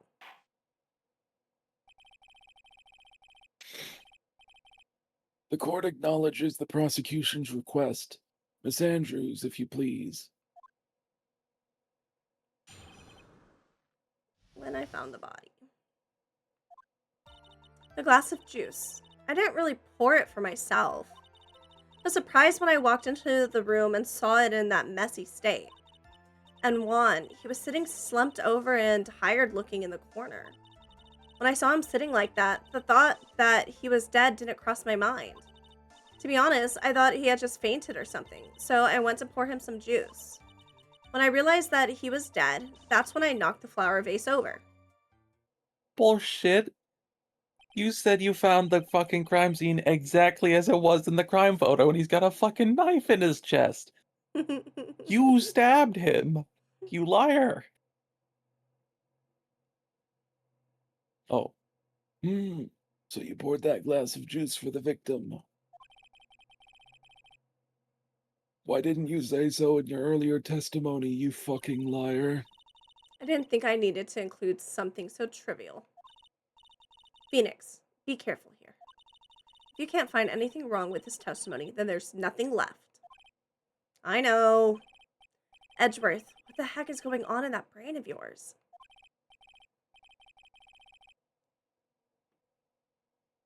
Now then, Mr. Wright, you may begin your cross-examination. I mean, do we really even need to hear anything else? That glass of juice, I didn't really pour it for myself. But there wasn't anyone else in the room, right? Of course not. Then, who did you pour it for? Mr. Wright, there is a rhyme and a reason for everything. Can you wait just a little longer for it to be revealed to you? That's her way of saying, bitch, I was just about to get to that! In other words, Wright, be quiet and listen. Yeah. That's what I said. Oh, my phone died. Hold on, let me plug it in so afterwards I can have it. Yeah. I was like, why did the screen turn off? Because I'm fucking dead. Precisely. I couldn't have said it better myself. I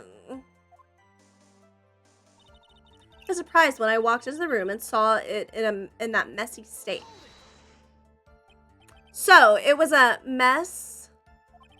Are you sure it wasn't messy because of your fight with Mr. Kurita?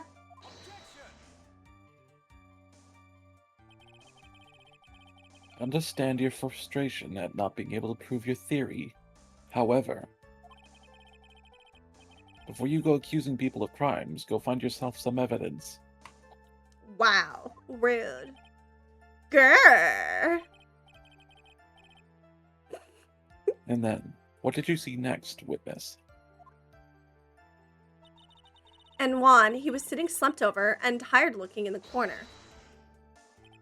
Slumped over?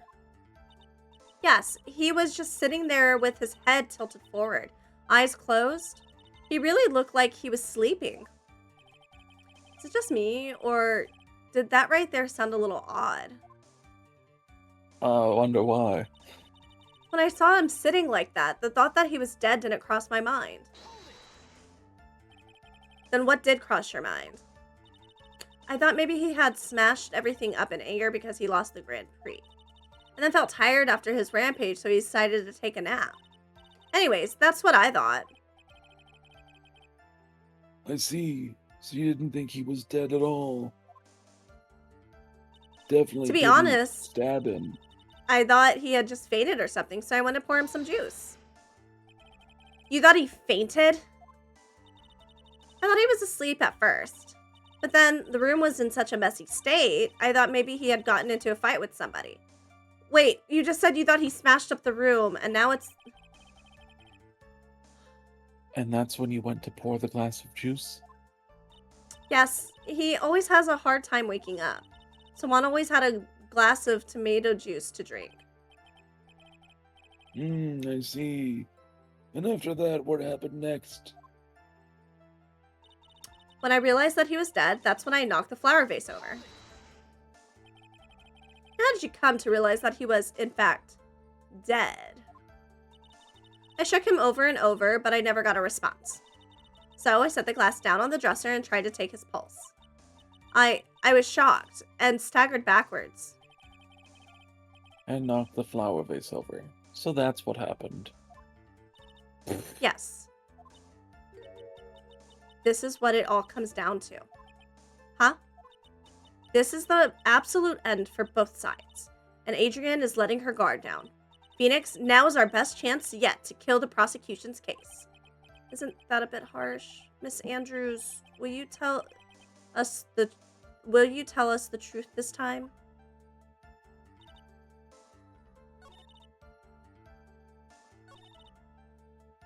Okay, this is the one where they really stood out.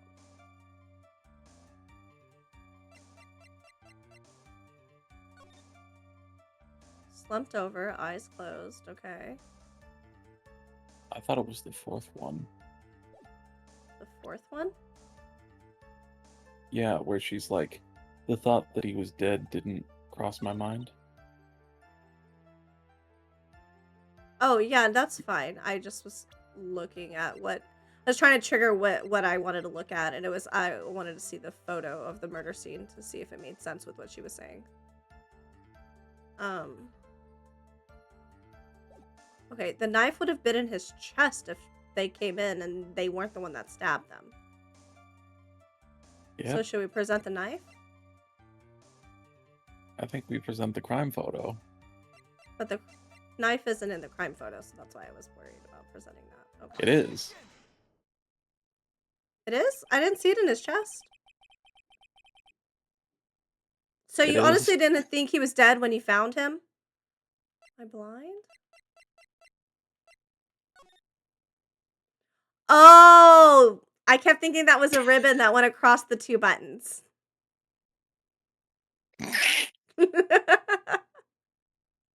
That's what I kept thinking. I was like, I don't see the knife.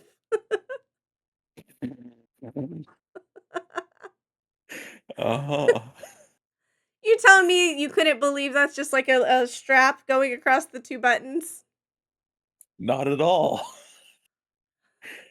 At least not with my big ass monitor. That's very clearly a knife. I mean, my monitor is big too. Damn, okay. I mean, it's flat and it's a line, okay?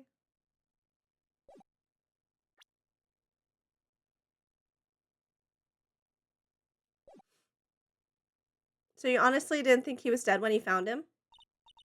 No, not at all. Even though this is what you saw when you discovered the body?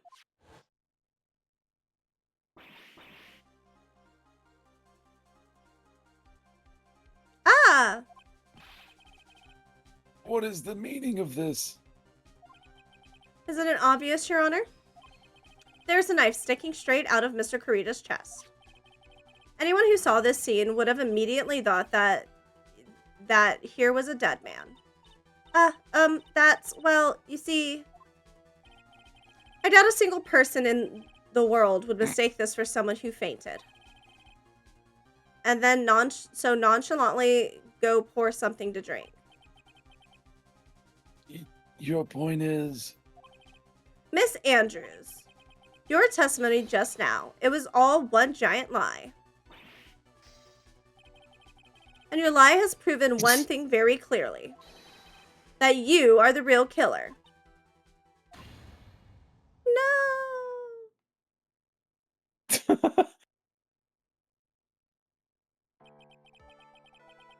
It looks like the defense has somehow brought the ugly truth to light. The defendant, Mr. Madangard, is not guilty after all.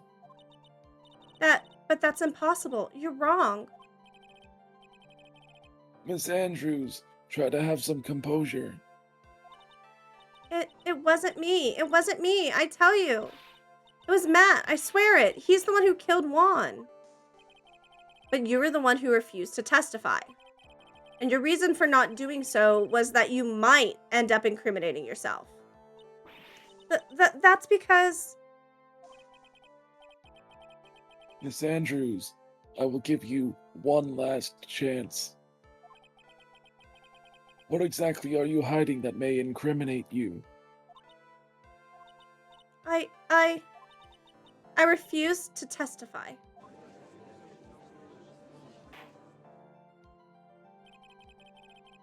Then there is no need for this court to continue any further. Mr. Madangard's innocence has been clearly demonstrated. Is it over?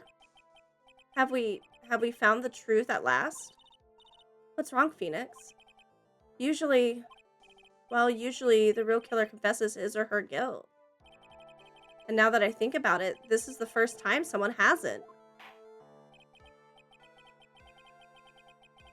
Now then, I would like to hand down my verdict for Mr. Madangard.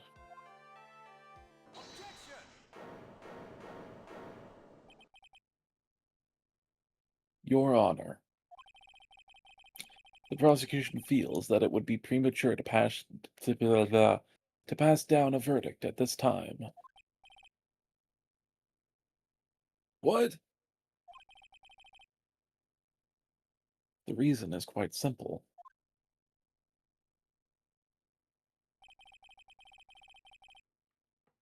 This witness has yet to speak the absolute, real truth.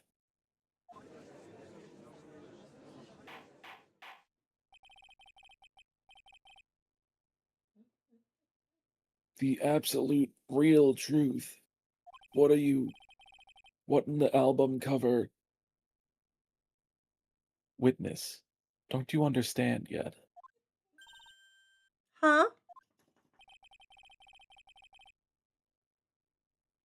I don't know who planted this silly idea in your head. But as long as you protect yourself through your silence, Madangard will go free, and in his place, you will become the guilty party.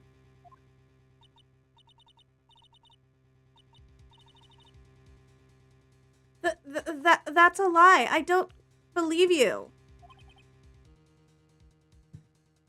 What?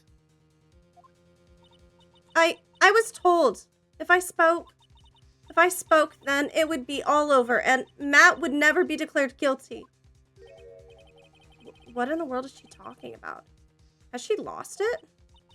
I can't speak about it. I'm too scared. Francisco von Karma. Huh? Don't you remember, Phoenix? Miss Andrews lives by gripping tightly onto the words of another because she doesn't have the strength to believe in herself. Then right now, Miss Andrews is... Yesterday, she was tossed a lifesaver by Miss Von Karma. Don't say a word, no matter what happens. If you do, Matt Ongard will be acquitted. Miss Andrews undyingly believes in those words right now and is clinging on to them. Then what should we do? This is the first time I've ever come across anything like this. But Miss Andrews has to be the killer, right? All we have to do now is get our not guilty. That is my only priority. It wasn't me. I'm begging you. Please believe me. I didn't kill Juan. Help, please. Someone, help me. Mr. Wright. Oh, shit. Sorry, I was really into it. I can tell. You didn't even react to my Phoenix coming across Edgeworth joke. This is a really, like, oh, I can't say more. Gotcha. Mr. Wright. Yes, Your Honor? The court can't continue on like this. Therefore, I'd like to hear what you intend to do. What I intend to do? What am I supposed to do? What am I supposed to say? Right. I suggest you think very carefully about this. Think about what this witness did and what she did not do. Oh. And what? think... What? Oh, shit. What did you say? Oh. She didn't strangle him, but she stabbed him. She stumbled upon his body and wasn't sure that he was dead. So she stabbed him to make sure. Someone else actually killed him. That's what I'm thinking. I don't fucking know who it could be, other than maybe, like, the killer. And think about... Fuck, I keep messing up the voice because I'm focused on thinking. And think about who is the real mastermind behind this crime. Who's the real mastermind? Isn't that obvious? There's no one else it could be except the woman crying over here, right? Come now, what will you do? What kind of man are you, Mr. Phoenix Wright? Have to win a complete acquittal today. There's no way around that. But I can't bring myself to do it like this. Not when she's making a face like that. Miss Andrews, I would like to know what you are really hiding. Mr. Wright, are you sure you know what you're doing? Sure, Mr. Engard would get an acquittal, but in his place, you would be found guilty. Is this how you really want this trial to end?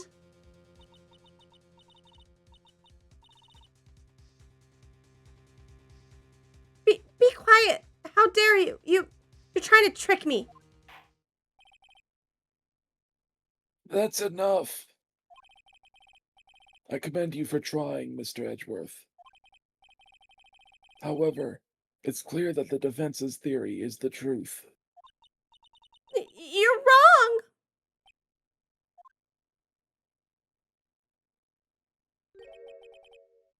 What a shame. I had hoped things wouldn't come to this. However...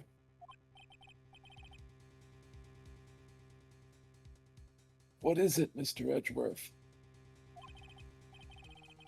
Miss Andrews, since you absolutely refused to testify, it falls on my shoulders to disclose this to the court. Stop! Mr. Edgeworth... What the fuck? Mr. Edgeworth! This witness... How should I put this? She has an illness. Thank you, baby. Of course, my love. What? And because of this illness, she has tried to commit suicide in the past. Stop! Please stop! No matter how much you want to hide it, it's no use. I have the evidence right here.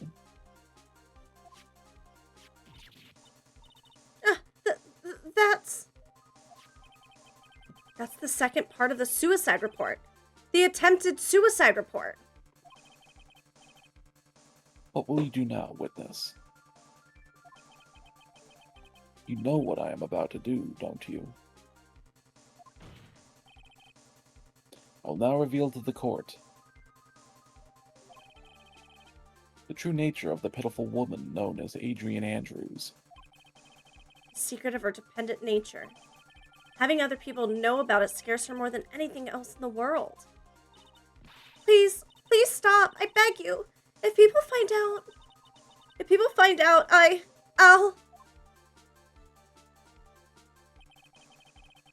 If you're going to say you would choose death, that is of no concern to me. Edgeworth, how can it be so cold? However, before you die, I will pull the truth from your still breathing lips. No matter what I have to do. Oh.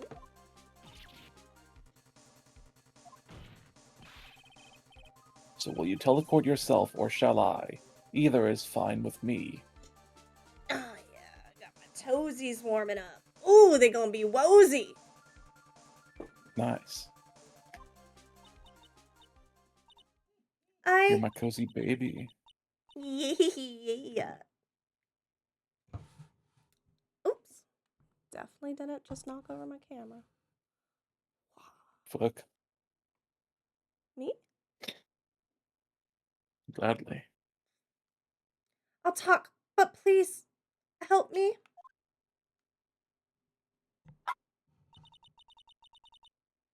Nothing matters anymore. My crime. When I first saw him, I really thought he had fainted. Honest. When I realized he was dead, that was when I formulated my plan. Once I made sure there was no one in the hallway, I made a dash back to Matt's room. And then, I stabbed Juan's dead body with a knife and ripped off the button. Just when I finished and was returning to Matt's room, I had a bit of an inconvenience. And that's why I ended up using the Nickel Samurai costume.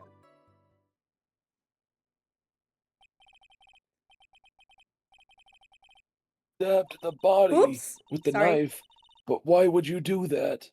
Thank you, baby. Good thing I read fast.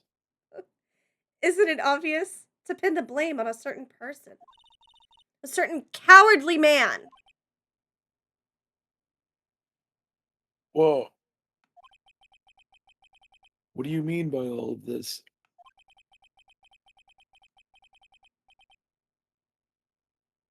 It might take this court a little while to understand, but this is the truth. The real killer is Matt. A scumbag of a man. I'll never forgive him. He's trying to escape his guilt again, just like last time. Oops, camera going down again. Camera down. Alright, got it. Ugh. Last time? So, Miss Andrews stabbed the victim, Juan Carita, in the chest with the knife. However, she didn't do it with murder in mind. She did it with the intent of framing Matt on guard for the murder. And this is her crime. What? How is this possible? I mean, wasn't Miss Andrews supposed to be the real murderer? Mr. Wright, or Mr. Wright, please get over your shock and commence the cross-examination.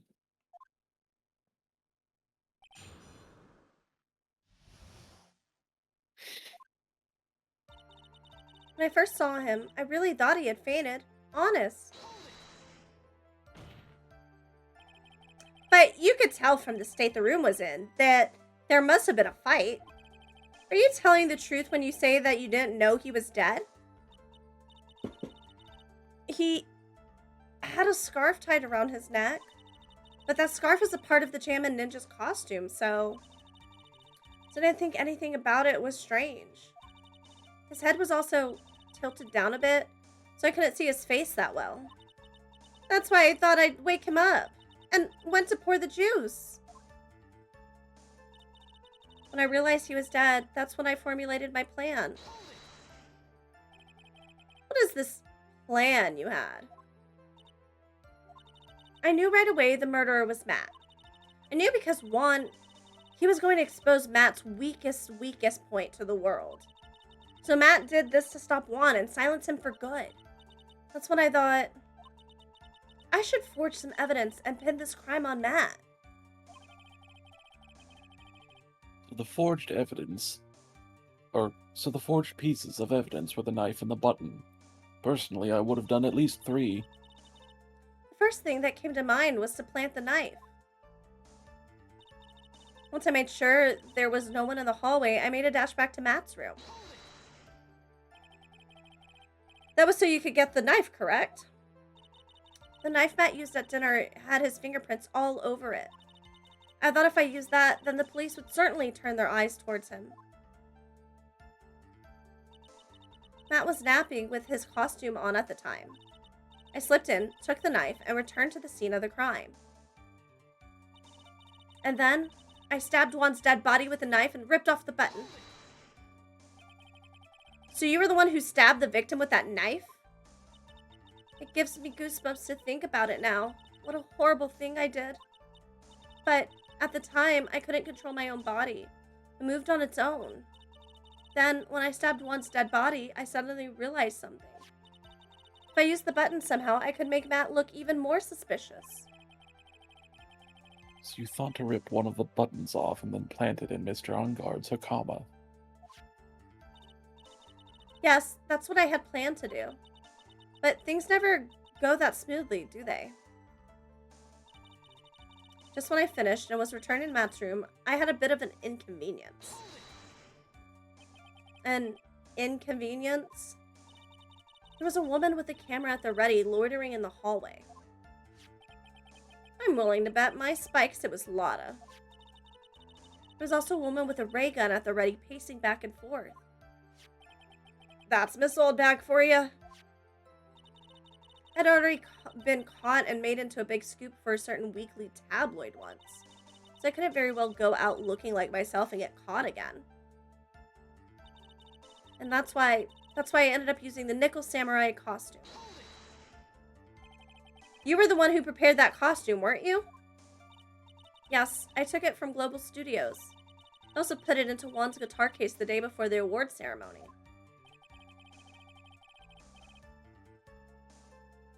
You did this in preparation for the press conference, correct?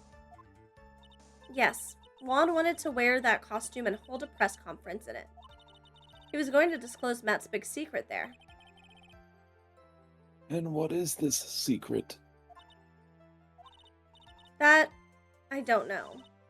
Anyway, I thought that if I were to leave Juan's room in the Nickel Samurai's costume, then people would think that Matt was the real murderer. I was very careful not to leave any fingerprints when I opened the guitar case. I absolutely did not want anyone to know about the costume. I think we've heard enough. So after that, you went back to Mr. Ungard's room and planted the button. Into Matt's Hakama, yes.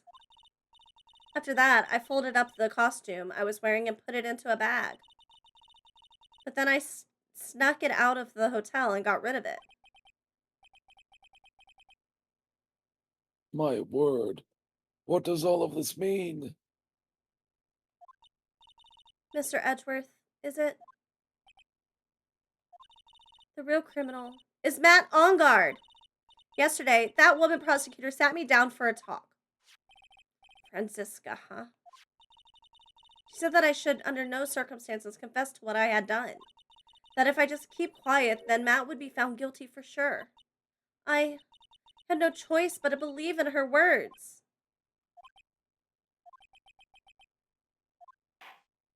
That's my bitch of a sister for you. What this witness has done is clearly unlawful. However, as long as her testimony stands,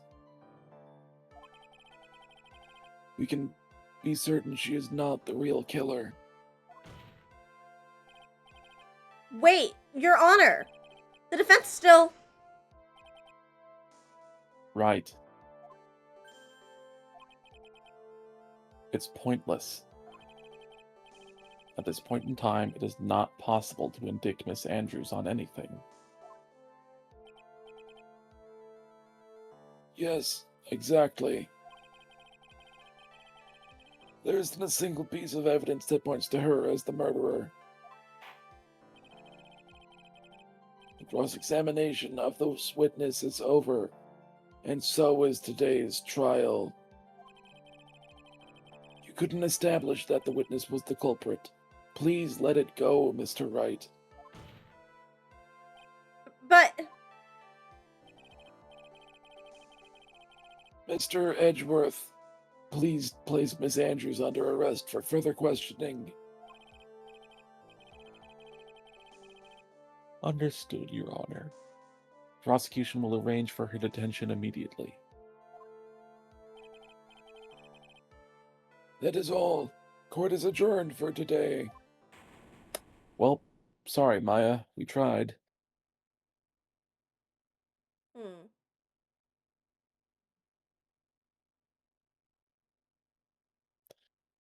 Unless maybe the present that the killer was talking about wasn't Francesca getting shot? Today's trial, it's over. And I didn't win an acquittal.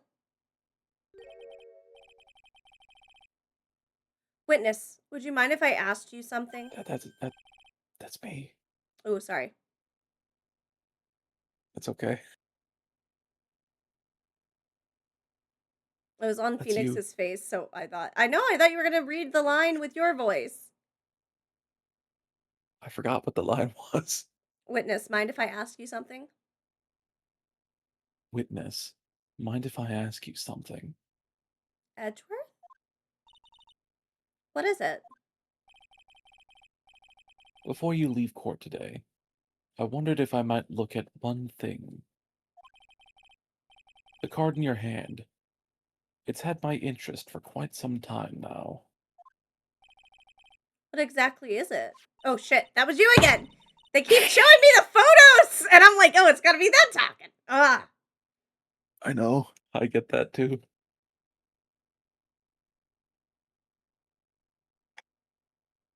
It's had... fuck, I forgot what he said. What is it? What is it? Oh, this? Mr. Wright also asked about this. Although, I didn't remember at the time you asked me about it, Mr. Wright. I remember just now. I found this in the room on that day. The room? That day? Yes. I found this card when I discovered Juan's body. It was lying there right next to him. You found that card next to the victim's body? I suppose I must have unconsciously slipped it into my pocket. But it's not as if this card has any relevance to Juan's murder, right? Yes, I guess not. Are you dead ass right now? Still a strange card if you ask me. But as far as a clue to this case, I don't see why. Witness! That card, give it to me. Hurry! Edgeworth? Do you have any idea what you have stupidly yet inadvertently done? This, I can't believe you hid this from me all this time. I didn't mean to. What is this all about? Never seen Edgeworth look so emotional before.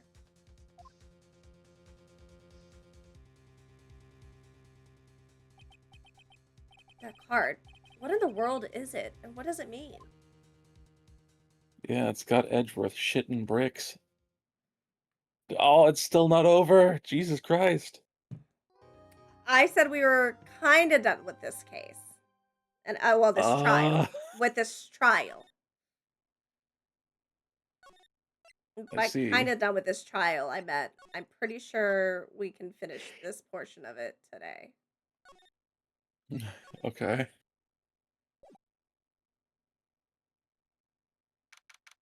March 22nd, 5:24 p.m. Wright & Co. Law Offices. Which we did. We finished the part I was talking about.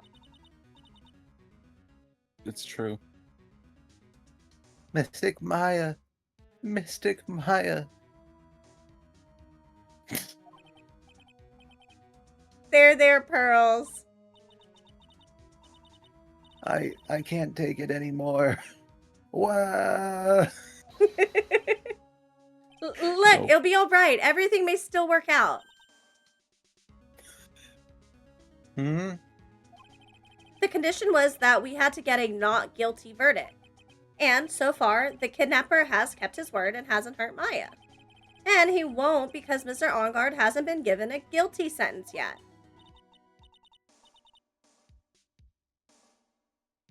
I'm not making those noises. Damn it, but my collection. It's big enough already. Cheer up. We won't have time to stand around crying. We have to get going.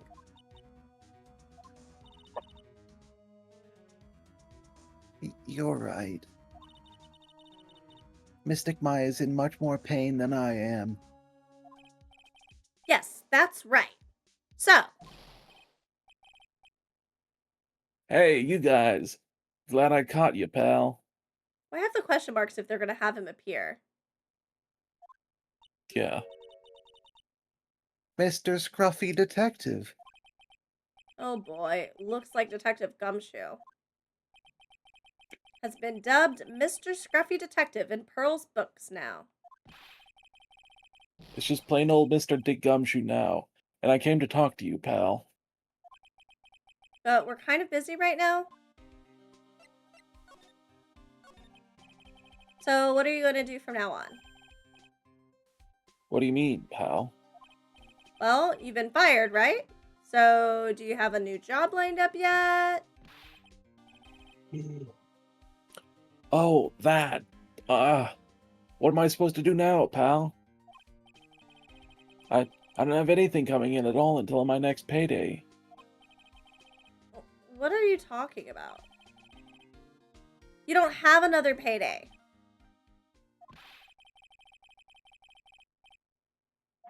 I guess that just means I'm just... I guess that means I'm just gonna have to work here at your place, pal. Say what?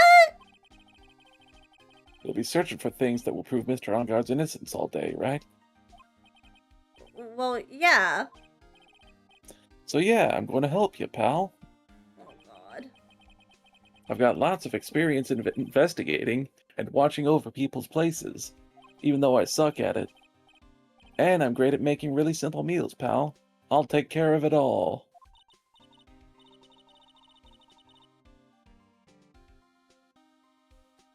I had to look over at Don's comment at this specific moment, didn't I? You're the one who introduced the word "classy" to stream. Yeah, that's true. Come on, Mr. Nick. Let's let Mr. Scruffy Detective take care of things.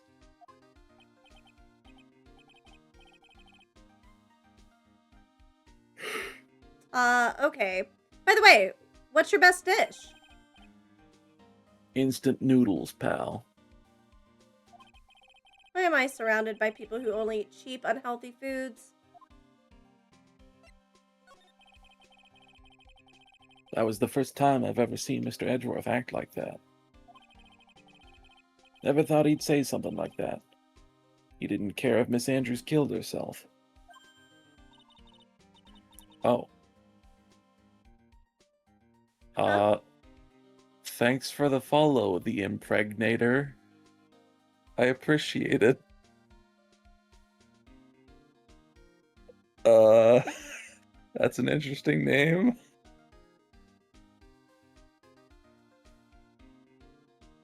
I think this is the sign for you to let me impregnate you. No.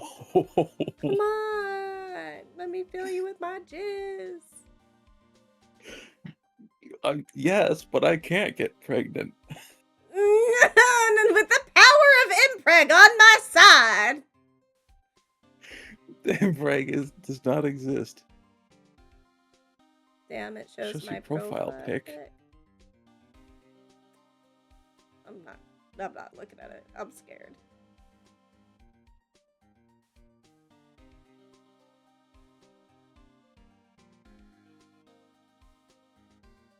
Babe? I'm trying to figure out if I know this person for some reason. Why would that be important? Sonic. Do I know you?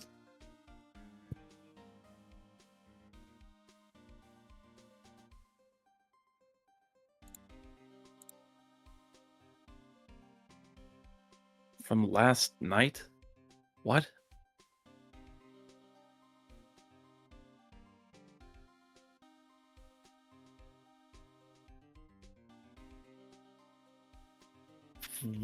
Are you from the... Are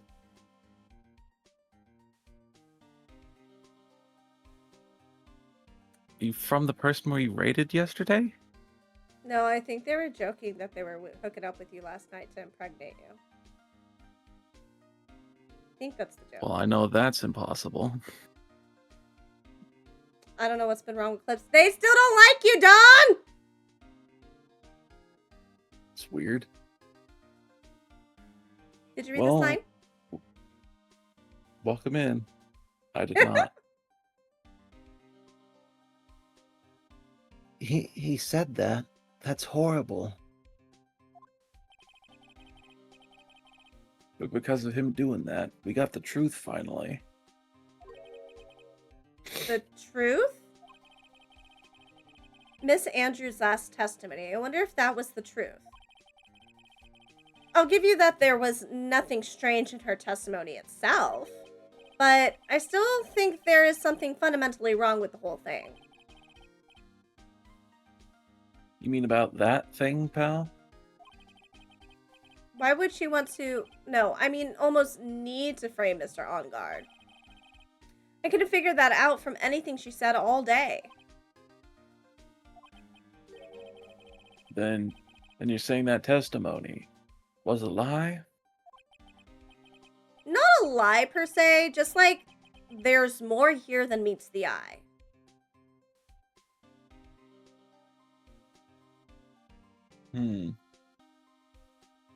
Sorry, I was playing the Transformers song in my head. Or that's what Edgeworth would like us to believe. That's such a dirty trick. Even that woman prosecutor was better than that. Franziska von Karma. Speaking of Miss von Karma, do you have any more information on her condition?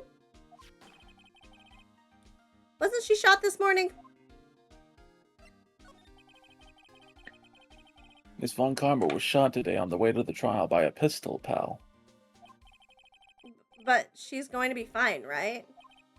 I mean, Edgeworth said she was in stable condition, but... Well, she was shot in the shoulder, so she's okay and still hanging in there. They should be done taking the bullet out, so she's probably resting at the hospital. Which one? What? Are you going to visit her, pal? Hey, Kaneki. Thanks for giving into darkness, and welcome in. No.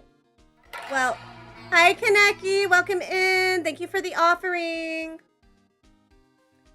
No, well, I was kind of thinking about it. Hey, you've actually got a heart, don't you? Now, if he only had a brain. She looked like she was being tortured to death not being able to go to the trial today. So maybe it'd be good for her if you went to her and let her whip you for a bit, pal.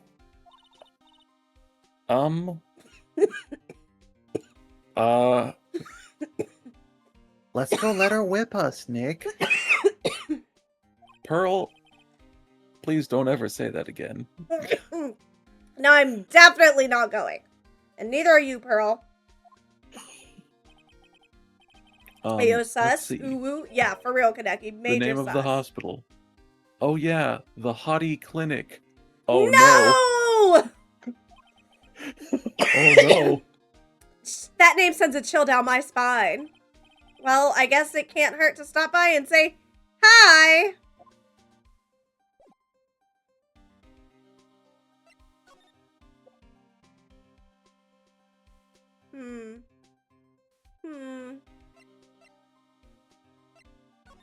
Well, fuck it. Let's go here first. March 22nd, Hottie Clinic reception.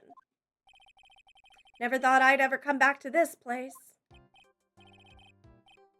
Yes. Are you here to visit a patient? Hi, wait a second. You're that crackhead!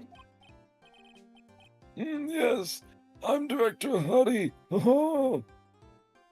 Hi, L-Train, welcome in. Why are you still here? Yes, what is it? Can I help you? You can tell me. Yes. Director Hottie. Oh.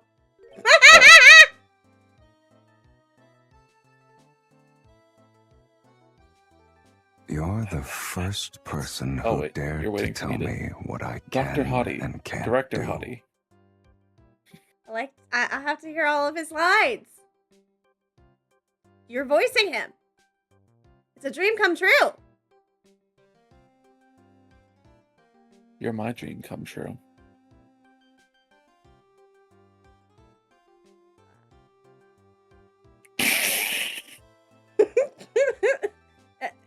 Edgeworth. Thank you for the self-care check, L-Train. I appreciate it. Oh, that was a good pop. Yes, I'm Director Hottie. Oh,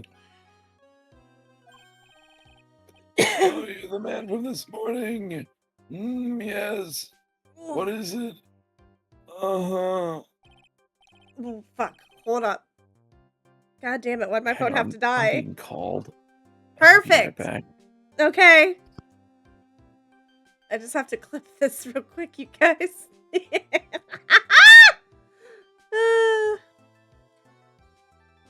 I can't wait to have a vast collection of Dark just making obscene noises and edit them all together into like an hour-long clip where I can just listen to it.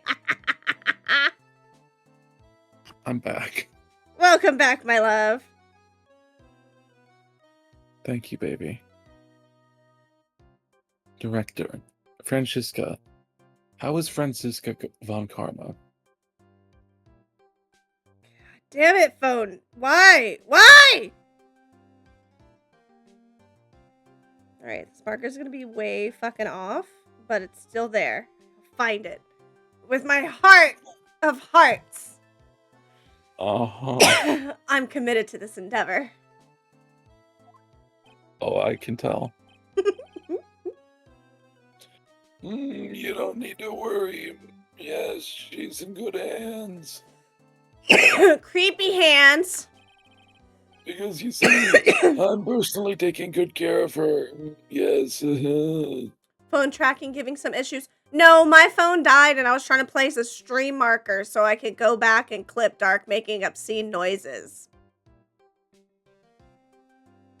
So I had to turn my phone back on. You want to hear me making obscene noises, huh? Yes. Alright, give me a moment. I know the one that's coming. I already know it. It might not come through all that well. It didn't pick up at all. I haven't done it yet. Oh.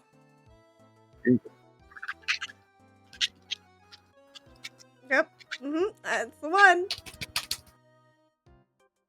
There you go. I know my habibi. Phone is dying. Someone call Dr. Hottie stat. No, he is not allowed near me or anything that I own. The guy is creepy.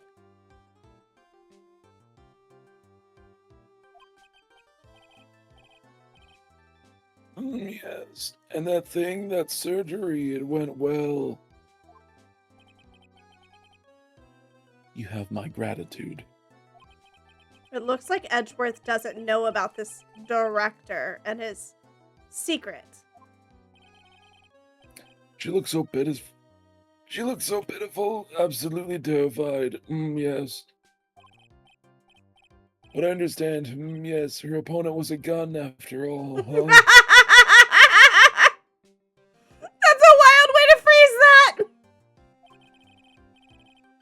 And when I snuck up on her real secret, like, she would scream really loud. Yes. It actually looks like he's looking towards your model, lol. Oh, God. No.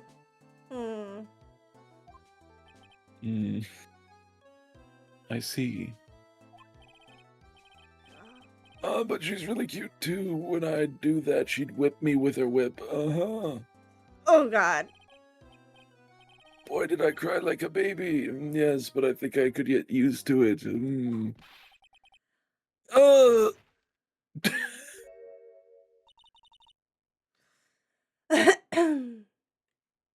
Go back to your room. So mean, so mean. My frisky Francis, my frisky Friska. That's okay. Yes, it's time for my IV drops. Yes.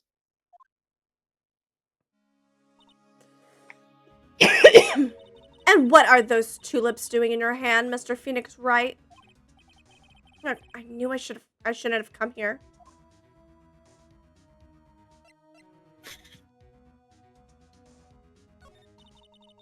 I was shot in front of the courthouse in my right shoulder.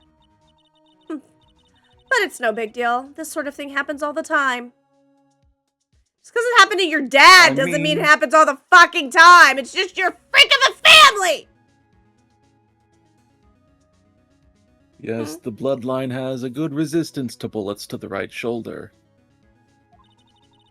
They're related to 50 Cent! I even had full heads. Sorry, just make myself laugh so fucking hard.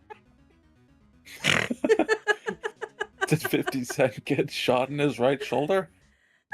He's known for getting shot and just getting back up and making a song. I see. I even had full intention of running the trial this morning. But that would have been too much for you. There's no need to act tough in front of us, you know. Regardless, I was dragged here by that man over there. He was so unyielding, one has to wonder if he was simply interested in stealing my case. It was the only logical course of action given the bullet was still lodged into your shoulder. But by taking over the case, I found myself having to clean up after you in that irresponsible deal you made. I think I know what deal he's referring to. What's the deal, Miss Von Karma? You made a deal with Miss Andrews yesterday, didn't you? I don't know what you mean. In order to make sure you got your guilty verdict on Mr. On Guard, you told Miss Andrews to not testify in court today. I don't know what you're talking about. Do you have any proof that I made such a deal? You're denying it? Looks like you were lucky, Mr. Phoenix Wright. If I had been in court today, this trial would have already been over. All while hiding Miss Andrews' own crime? That isn't my problem, whether she had tampered with the evidence or not. I have only one objective, to find On Guard guilty of murder. The end justifies the means, Mr. Phoenix Wright. The end justifies the means. Miss Von Karma. Adrian Andrews believed you when you said, if you don't tell the truth of what really happened, then On Guard will be found guilty. What does that have to do with me? Because of that, she is now in danger of being found guilty herself. All because she believed in your words until the very end. This has nothing to do with me. She's just a weak person, that's all. But you had to know she was... Ow! I think visiting hours here are about over. So, if you'll excuse me. What's wrong? Why did she suddenly cut you off? Probably because she thinks I had the advantage in that argument. Edgeworth. Let's make out. What happened today at the trial, Edgeworth? That was not like you at all. I mean, I know you knew about Miss Andrews' condition. You could have made her testify as many times as you wanted, but to go that far? But she wouldn't testify about that until I said something. Listen, Wright. The courtroom is a garden of judgment. I am putting myself on the line when I stand in there. And that's why I made the witness do the same. It's only natural.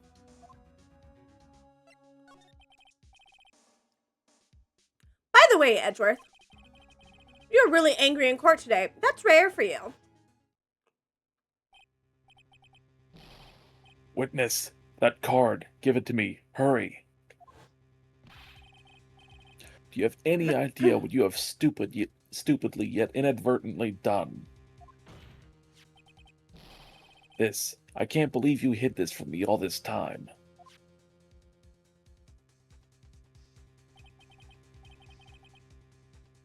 That card, what in the world is it?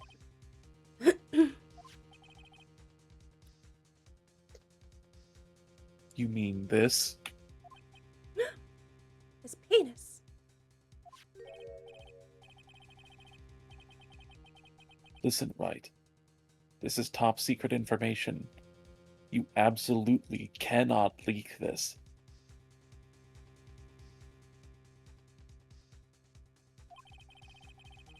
A special investigations team has existed for a number of years, but few know of it.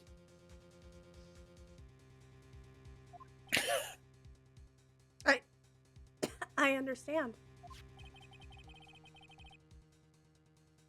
Their task is to find the owner of this card. I can see you leaning towards my Pinar. I'm just entertaining myself while you talk. A man called Shelley the Killer. And just as his name states, he's a killer. An assassin. The best at that. An assassin. Assassin. So who is this Shelley the Killer? The Killer is the name of a long-standing line of assassins. Long-standing? My feet would get tired. The name first appeared about 100 years ago, I hear. When the ass be assin'.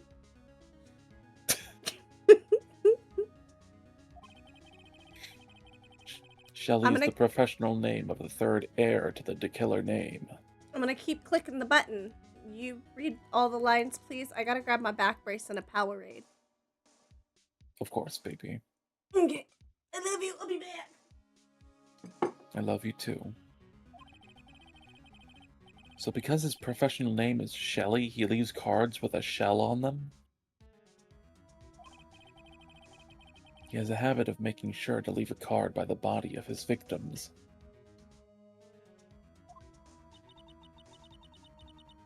Why would he do something like that? We think it is a part of his duty to his clients.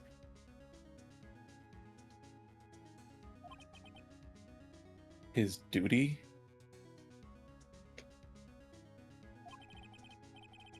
If he leaves a card, then his clients can be assured it was he who killed the victim. It also serves as insurance against any charges being pushed onto his clients. I see. The killer values the trust between his clients and himself above all else. It seems that this is one honorable assassin with a moral conscience.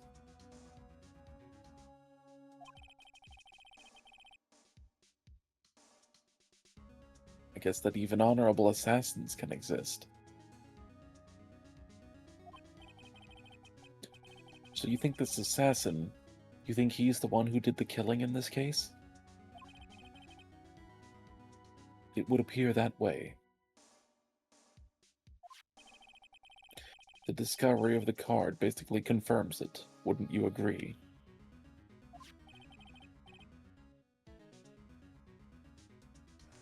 Shelly the killer, huh?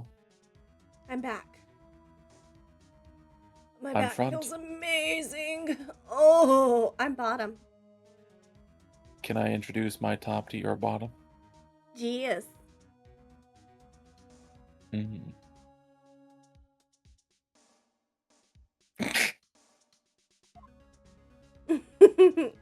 But for real though, this, oh my god, I can feel my back. Like, oh, posture is important, you guys. I have to do some more back strengthening exercises. I'm almost always sitting straight. No, you're sitting by. Everything you do is by. Baby, bye, bye, That's bye, true. bye, bye.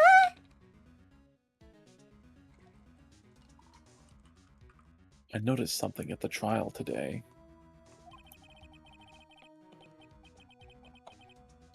You were behaving in a very strange manner. Is something the matter? Aw, Edgy Poo cares about his boo-boo. I guess I should just tell him. Maya, she's been kidnapped. Kidnapped? What does the kidnapper want?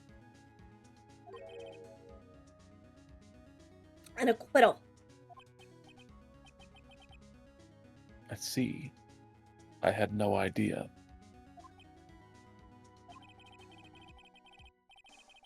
I will prepare a rescue team as soon as possible and resolve this by tomorrow. Really? Did you hear that, Mr. Nick? Mr. Edgeworth is going to... Stop trying to console me, Edgeworth. I don't need your pity. Mr. Nick? There's no way you can find her. We don't even have a single lead to go on. There's only one way to save her.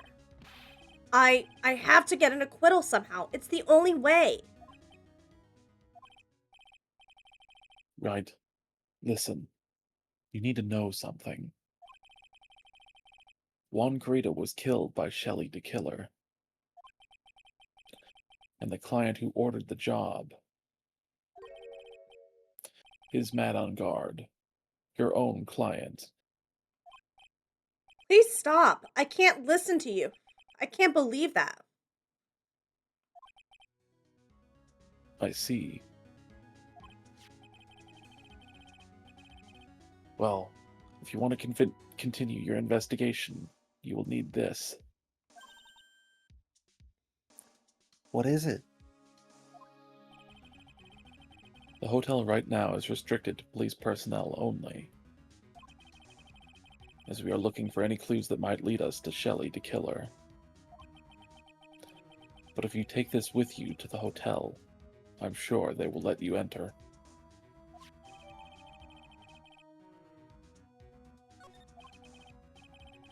In any case, I must attend to my preparations for Maya's rescue team.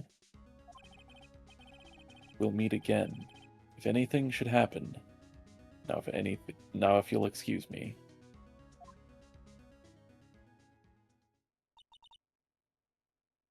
Mr. Nick? Do you think Mr. Ungard hired an assassin? No way. I mean, he doesn't have a psych lock. Yeah, I guess not. Maya. Please, all I ask is you make it home safe and sound.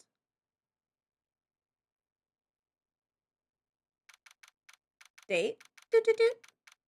Or date? Time? Location?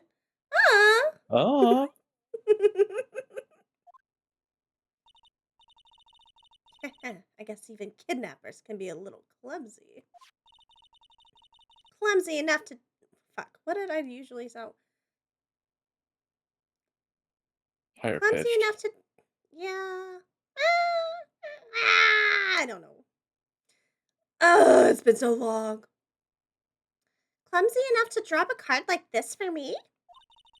And even though he said he was an assassin, I bet he's just making that up, like how Nick does with everything in court.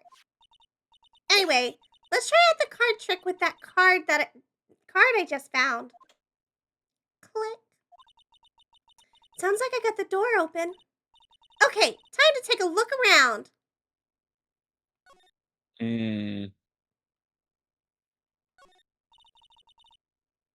all sorts of things piled up here, but it's too dark to see. What's this? It feels like there's a lot of glass bottles here. And these feel like barrels. I'll pass. Too bad, I'm really hungry and not really thirsty.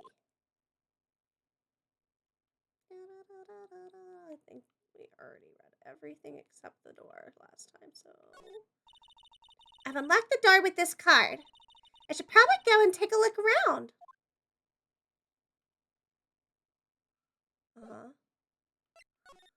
Okay. Date. Time.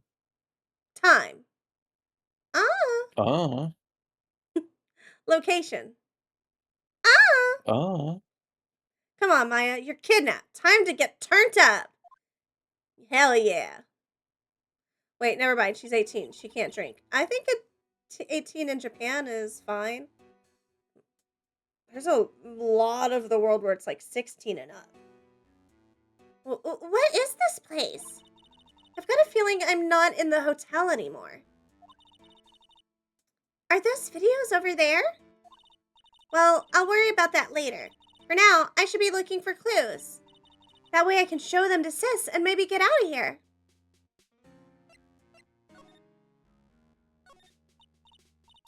Oh, hey, it's a computer. I've never really used one before. While you do this Maya segment, I need to be right back. Okay, baby.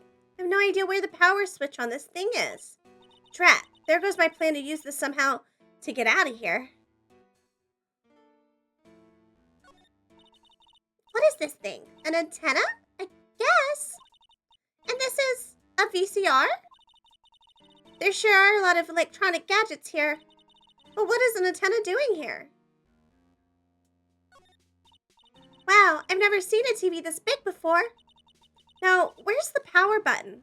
Phooey, it's busted. I would so die a happy samurai fan if I ever got to see the Nickel Samurai on TV like this. Ah! I can't believe I just made a joke about dying, all things considered.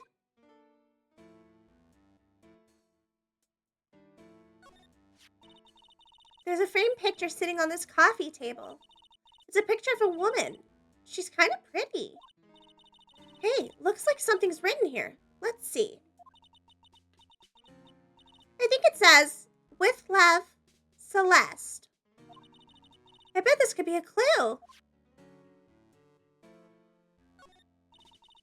That's weird. What's a figurine doing on a sofa in a place like this?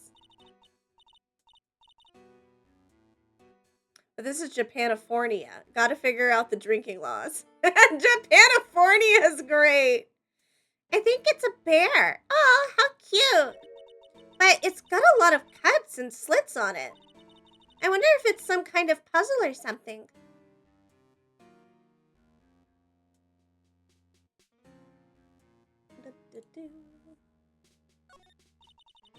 It's so dark in here that I can barely see, but this kind of feels like videotapes, all of them. What kind of room is this? Okay,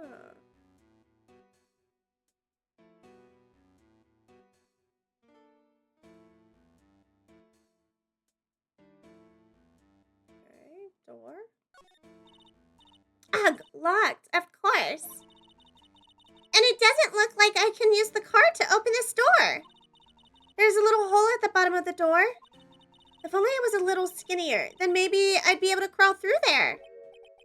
Wait, is that the first time you've heard the name Japanifornia described about the Ace Attorney games? It is!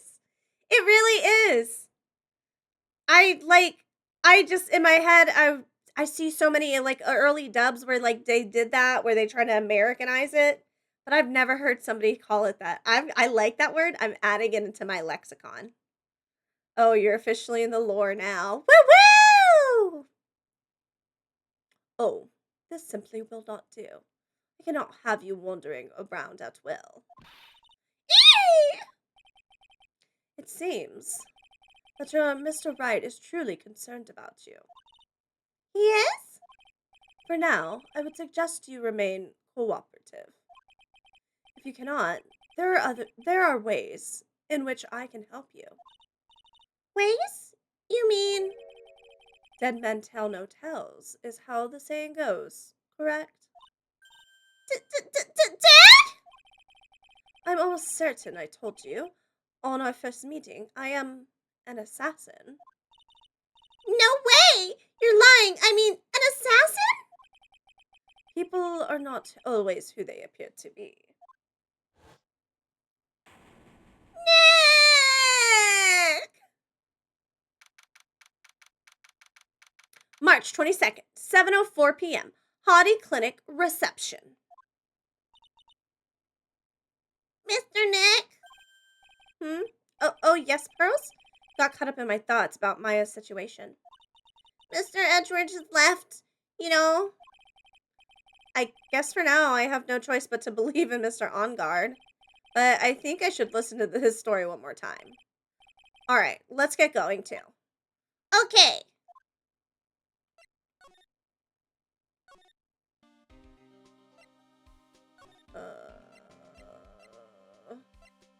Detention Center. March 22nd, Detention Center. Visitor's room. I'm sorry, but visiting hours are over for today. Aw. Ugh. I have too many questions I need to ask. I'm sorry, but... Oh, fuck. I was about to do Phoenix's line. I'm sorry, but I'm Phoenix Wright, a lawyer for one of the... You're Mr. Wright, you say? Oh, yeah. There's a message here for you. A message? It's from Matt On Guard. Here you are. What did he write? Is it something really important? I don't know. Well, let's see what it has to say. To Mr. Lawyer Dude, I've got something really important to tell you. Why do I feel uneasy all of a sudden?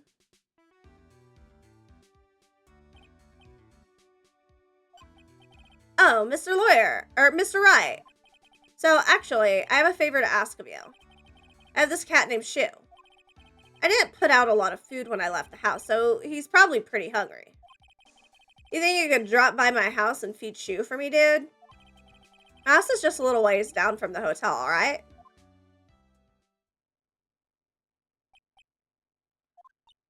That's terrible. Let's hurry. We have to feed his cat. I'm sure poor Shu's stomach is growling by now. I can't keep it up. Okay. Yeah, I guess. It's like making myself laugh. A client's request is a request. Guess I should go check up on his cat.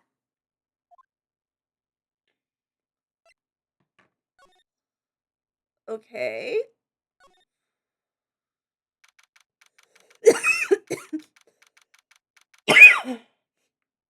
Police station. Welcome back, Habibi. Thank you, baby girl. You hear how good my voices are? I did. I'm pretty amazing. You are. I keep practicing that one. Oh, princess voice. I'm gonna get there where it sounds so cringe.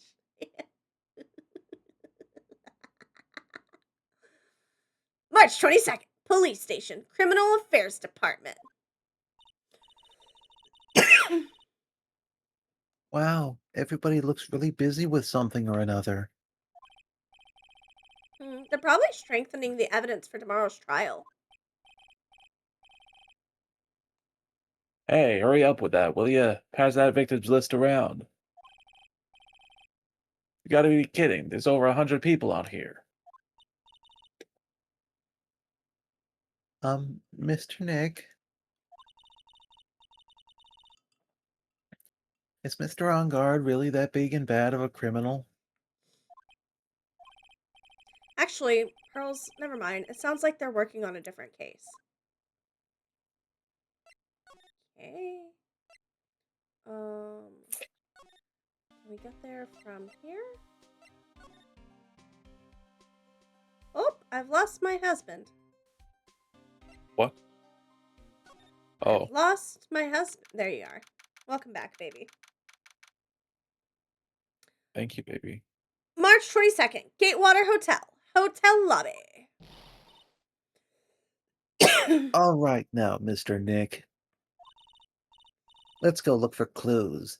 We have to, for Mystic Maya's sake. You shall not pass. Oh. Miss Oldbag!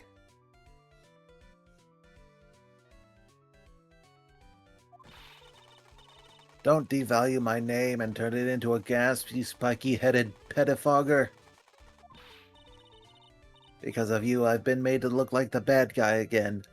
Although I did get a piece of gum from Edgy Boy, just as he promised. But something much more valuable, I wanted Edgy Poo's heart. It was all your fault. You've awakened the wild beast inside of this old bag. Miss Oldbag. Keep your hands off of me. This helmet is airtight. No air gets in and no air gets out. Then why do you keep putting it on? Don't you think you can get me to move with silly questions? You're going to have to defeat me if you want to get by. I'm not hearing this. Let's battle. Throws out a fucking Charmander.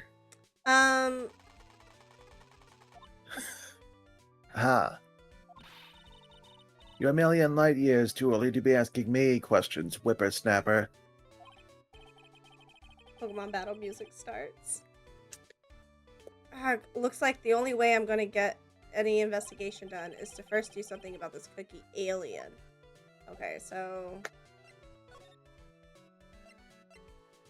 Living room! Okay, so we had to come to the hotel to get to here. Ugh, I wish there was just a mass, like, directory, so I don't have to keep doing that. March 22nd, On Guard Mansion. Living room! In later games. Sure is dark! I am.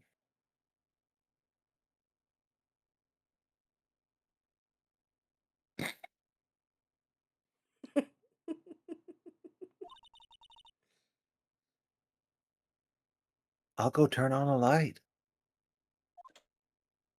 Vroom vroom! Wow, so this is what a star's house looks like. Must be nice to be rich. Come on, Mr. Nick, let's go find the kitty cat.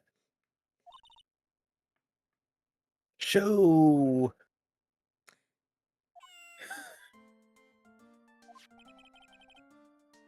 You can never tell the cat to go away by shooing it. This is true. So I guess this is Shoo. What a lovely cat. Hello, Shoo. Nice one. Thank you. Thank you. The cat seems to like pearls. Pardon me. Nope. Haha. Oh. Pardon me. That's you. May I help you with something, mister? Oh, we're lawyers. Actually, I'm Mr. Enguarde's lawyer. The master's. Then you must be Mr. Wright. Yes? Ah, it's a pleasure to meet your wonderful self. I am the family butler, John Doe. Nice to meet you.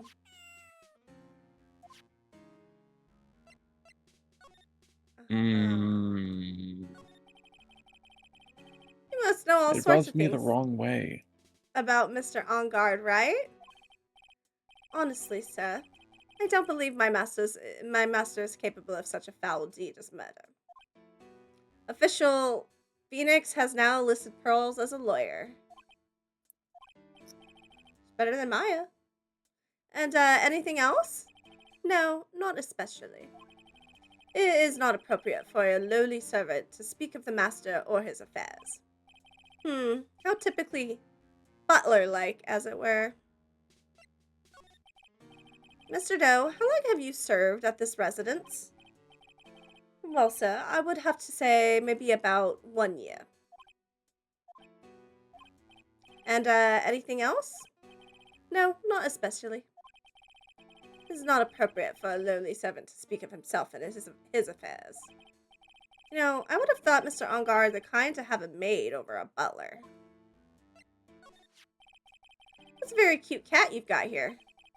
It is my duty to take care of him. The master rather fancies Shoe. And anything else? No, not especially. It's not appropriate for a lowly servant to speak of the family cat.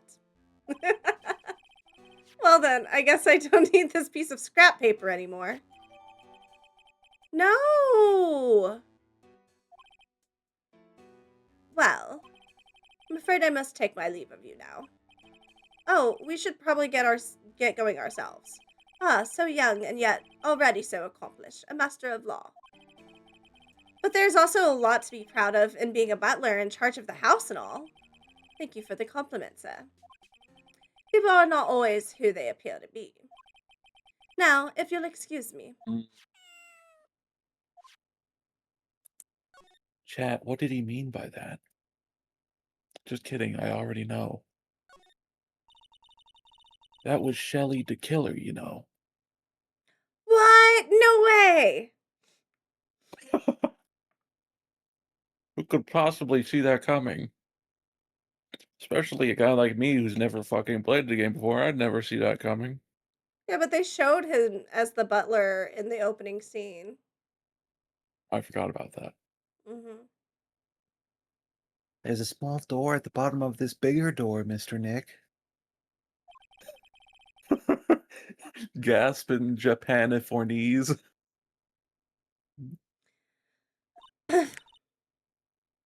I bet it's for You Mr. didn't read Ongar's that cat. line. I just said it because I realized it. You mean Shoe? The door, it's locked tight. Well, I guess that's to keep nosy people like me from entering it. Oh, okay, so you didn't see it whenever we were in Pearl's vision and I went into the other room. But Maya's. Maya's, but she was in a room with a door with a small little like cat door that she was trying to crawl out or like thinking of crawling out of when the killer like captured her again. So that's that door. Yeah.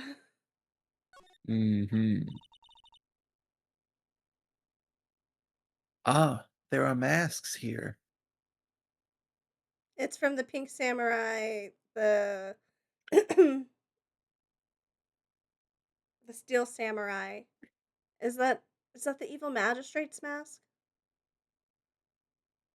I think so. Yeah, that one in the middle is the Steel Samurai. The one next to that are the Pink Princess and the Evil Magistrate. Fuck yeah, I got it right! They fought many battles against the backdrop of Neo-Old Tokyo. Wow. You really know a lot about the Steel Samurai, Mr. Nick. I don't know whether to laugh or cry that I know more about that show than a kid. 3 for 3. There's another door over there. You shouldn't go wandering over there, Mr. Nick. Yes, Pearls. Now I know how Maya feels when I tell her to stop playing around. Yeah, if you went over there, you'd probably find out that Maya's here. A giant bicycle is flying through the air. The bicycle pearls is one where you don't have to pedal and it moves on its own. Really? Wow. But sorry to disappoint you, it can't fly. Oh, that's too bad. I would never sit on that fucking couch. I would be so fucking paranoid of a Final Destination type situation happening. Hell no. Yeah, I wouldn't either.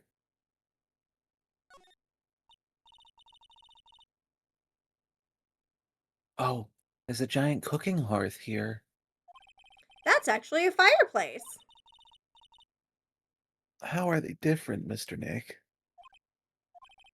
You know, I've never actually seen a hearth before, come to think of it. You should come and visit Fay Manor then. I'll show you one when we do. When you do. Also, I'm reading your mind. Everyone can do that. It's a very comfortable and spacious lounge set. I wonder if famous stars drop by and sit around and have a good time. In any case, I don't really belong here, do I? Ugh, what is with me and feeling inferior today? Hmm. Have you noticed that, Mr. Nick? Where you'll be thinking to yourself in your head and people will reply to you. Isn't that weird?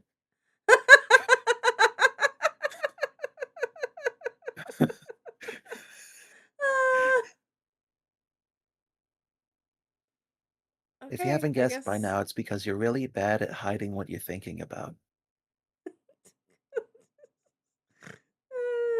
This actually seems like information Pearls would have, and she would say it just like that. she. Yeah.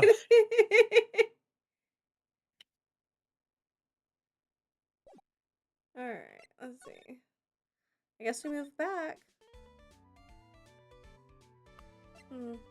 One of my favorite characters.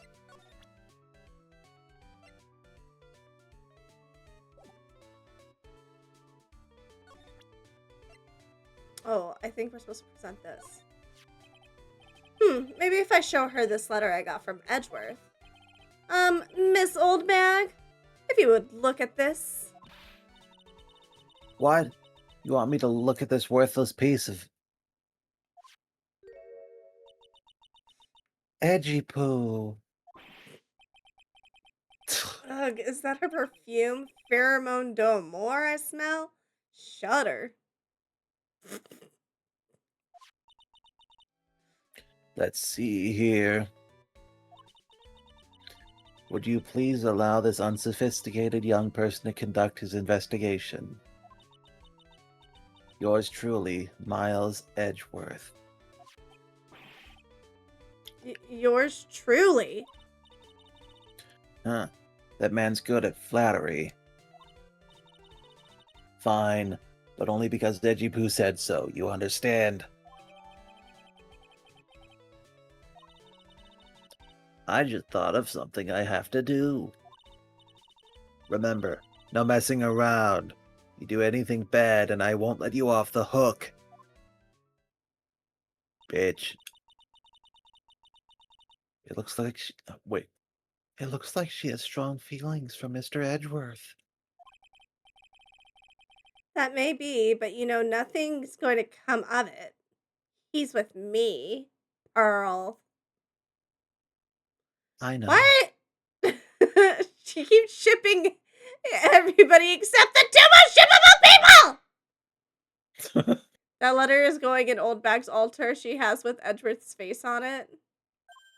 She's gonna be the reason Edgeworth dies. That's so mean, Mr. Nick. Feelings are meant to be told and shared. Ow. Every time we talk about love, I always end up with a handprint on my face somehow. So anyway, let's continue our investigation. Okay. Jesus, Rat-a-tat-tat-tat. What? What now? One little thing before I forget. You can't go into On Guard's room today. Why? The police's main investigation team is going to be in there all day here. I wonder if they're the team in charge of investigating the killer. So don't go in there. Set one foot in there and you'll face the wrath of Wendy Oldbag. And her toy ray gun. You know, sometimes I like to stick a picture of Edgeworth's face on it and set it to... Oh, Jesus Christ. March 22nd, Gatewater Hotel, Violin Hall. Thank God you left before I could finish what I was saying.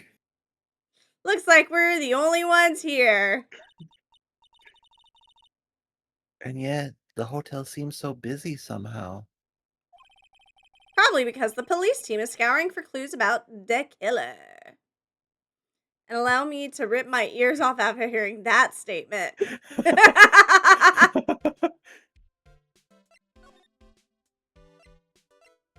You're welcome. March 22nd, Gatewater Hotel, hallway. Hey, city boy. Lotta, you're still here. Wrecking course.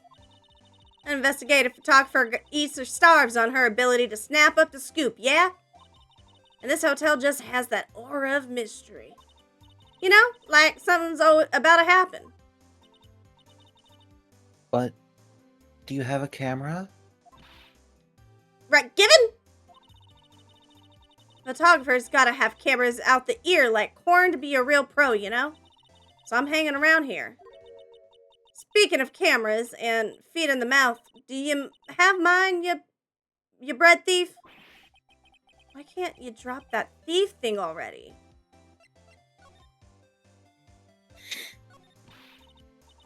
My baby, my $1,600 baby.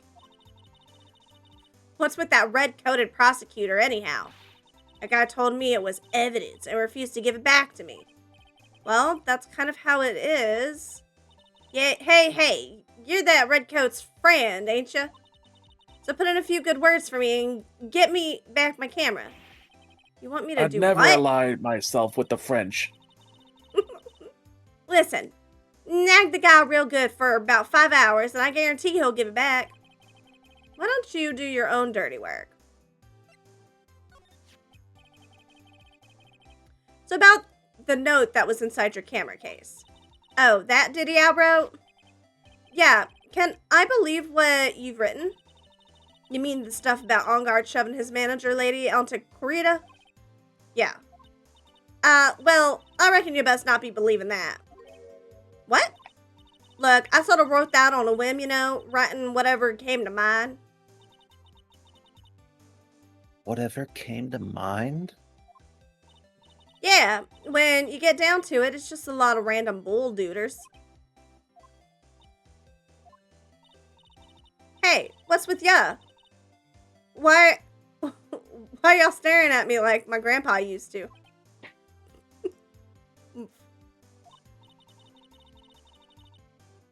Hey, and why do you look like you suddenly got older too? Or am I just shrinking here? I want to ask you about the night of the murder. What, you really gonna shell out the bucks for the info I got? Lotta, you were loitering in this hallway the night of the murder, were you not? Well, kinda, but... Brace yourself, Phoenix. Here it comes. I didn't exactly hang around here the entire time, you know? Followed a few stars around. Got a few autographs, shook a few hands, had a soda pop with a few of them too. Looks like she wasn't here the entire time that night. Were there 5 of them, and were they singing in Korean while you were drinking the soda pop? Soda pop. The security lady also wasn't in this hallway the whole time either.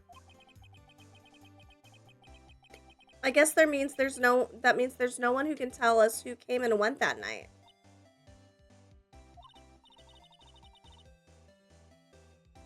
Well, I reckon it's time for me to get going.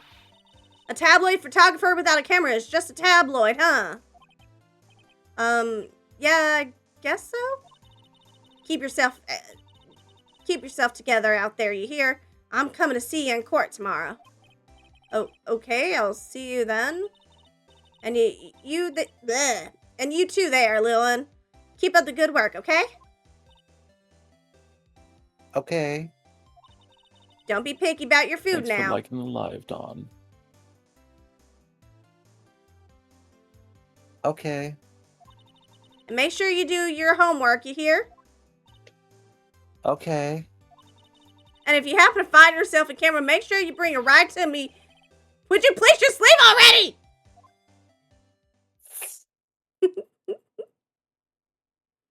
Let's see.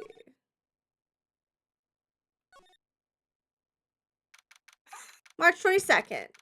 Gatewater Hotel. Corita's hotel room.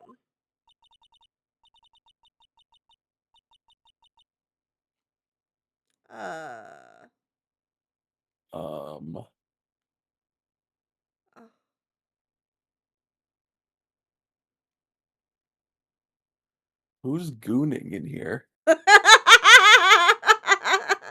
I'll let you voice it. No, why don't you voice it? No. I insist. No. Come on, baby. You do such good voices. No, truly, you are the voice actress here. Oh, don't give me all the credit. You have such range. Well, it's your series, so you should do the honor of You've been playing this with me for damn near the beginning. Yeah, but this is your baby. So you And should take the my reins baby here. is your baby because we love each other forever. And That's true. But and it's still the month of my birthday. mm,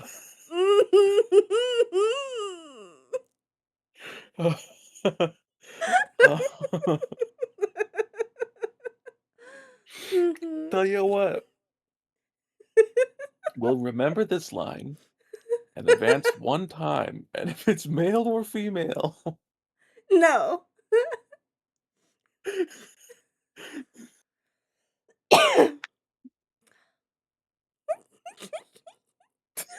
Listen. Okay, wait. If it's a guy, you are going to do it. You're not going to go, I'm actually not going to do it. You're going to do it. I'll do it if it's a guy. Mr. Nick? What is that? What is that otherworldly, ghastly moaning?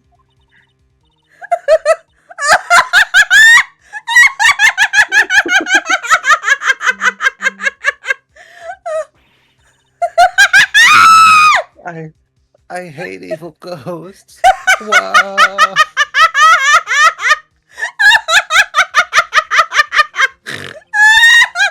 don't think it's a ghost. Maybe it's a demon. Fuck.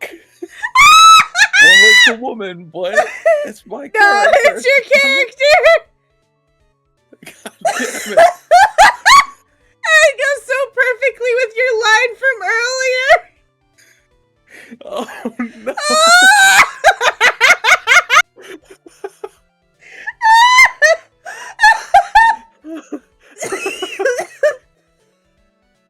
Oh no. Go on, my love. A deal is a deal. Give me a minute.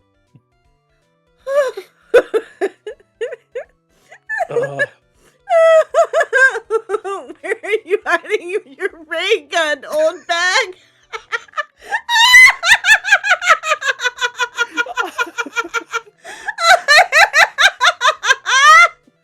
Oh, why did I have to make that joke?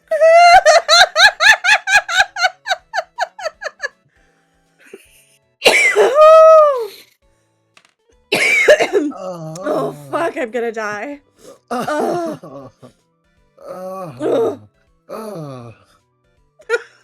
I did it.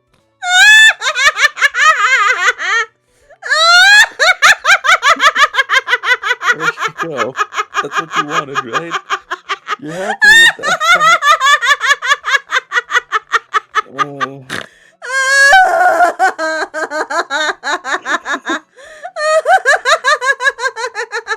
Old Bag is probing the crime scene. Oh, fuck, okay. Alright, I can breathe. Oh,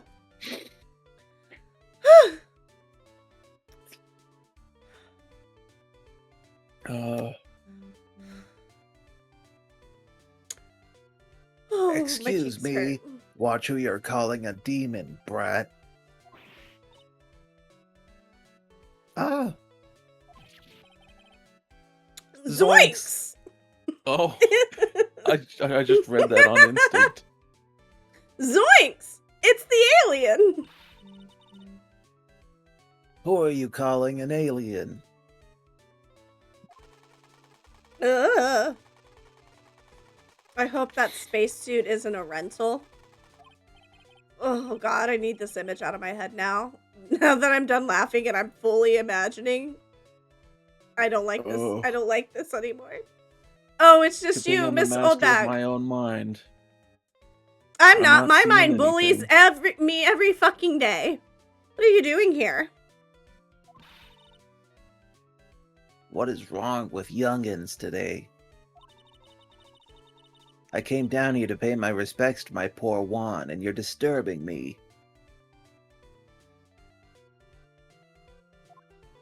Ew.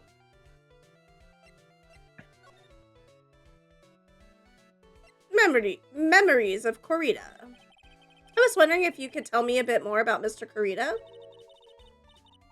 He was the most popular star. You know, especially where it counts, in my book. But I heard that he was lagging behind in the polls against Mr. Ongard. Well, that's just a recent thing. Bad luck and all that, you know. But he was going to become an even bigger star than he used to be. Look, just look at this mountain of presents. It's a show of the mountain of feelings all his fans had for him. Yeah, the mountain is pretty big. And certainly nothing to shake a stick at. Mr. Nick? Pay my respects, is that what we're calling it? Yeah. What is it, Pearls? The presents. They're all bears, right? She's got a point. There isn't a single thing here that isn't a bear.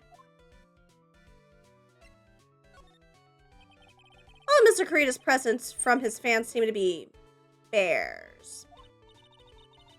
Oh, that's because he can't think of one without thinking about bears. Wild! I want to be that version, but for dinosaurs and trains. Fair.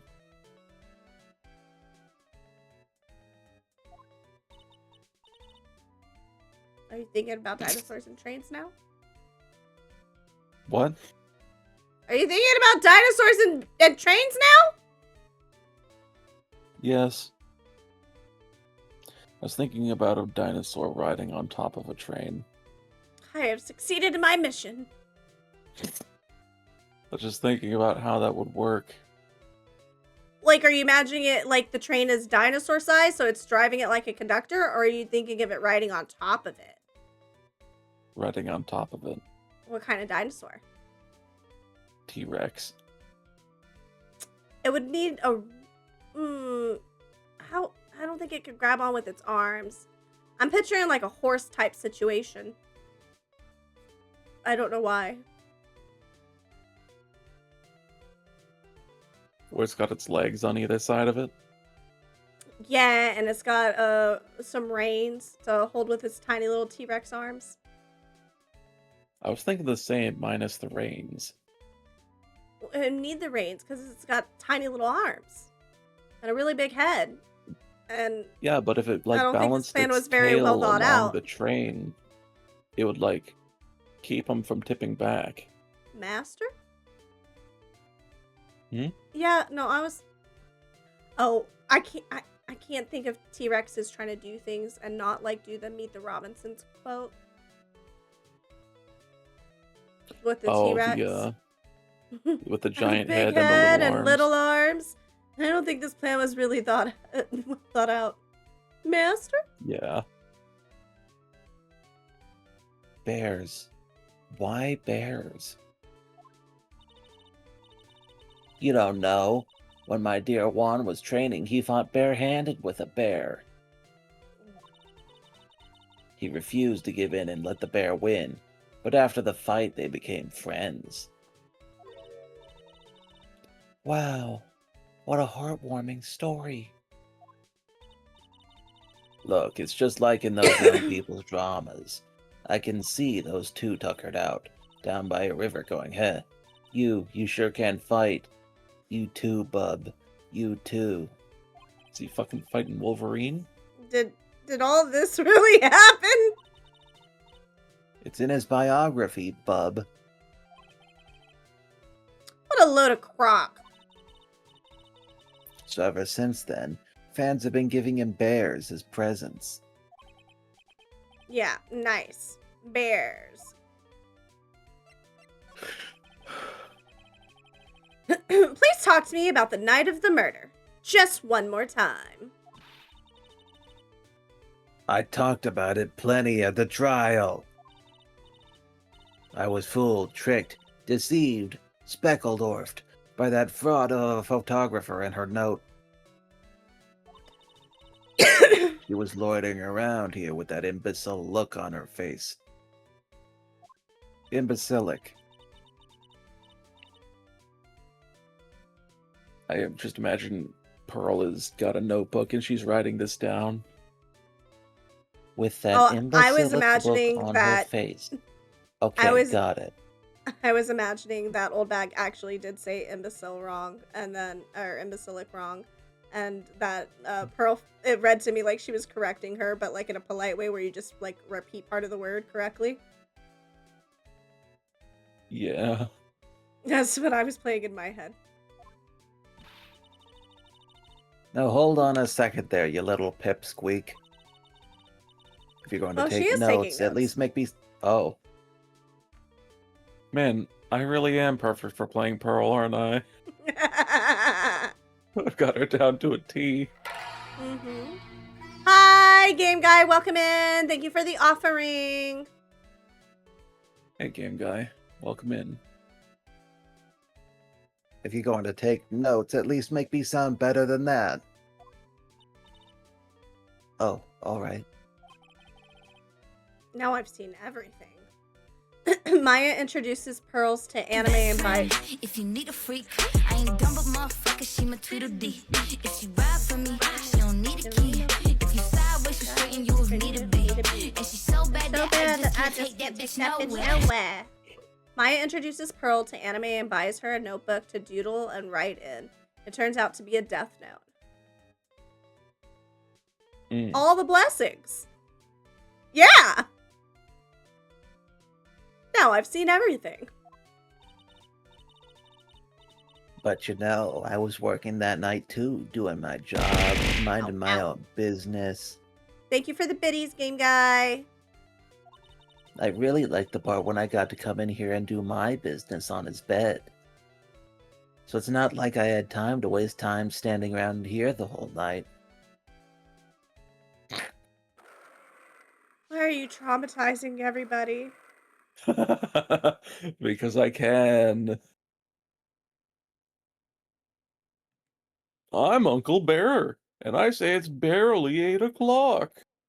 Stop! That was adorable! What is that infernal racket? It's one of the presents going off. Sounds like it's already 8 p.m. Way past your bedtime. That startled me. I thought I was going to die for a second. 8 p.m. That's the time when the award ceremony ended that night, remember? Time sure flies. Hard to believe it's been 2 days since the ceremony. I can't believe Old Bag was hopping on that ray gun in front of Uncle Bear. I keep trying God, to I am erase it so from my glad brain, I'm and a it master of my own mind. I mean, I have to picture anything unless I want to. The transceiver! Beep! Hello? Hello? If I have to suffer, so do you. Why? I didn't do this! It was dark! I'm immune to this power. Truly are a demon. I know, right? I just want to forget about this. I don't want to picture it.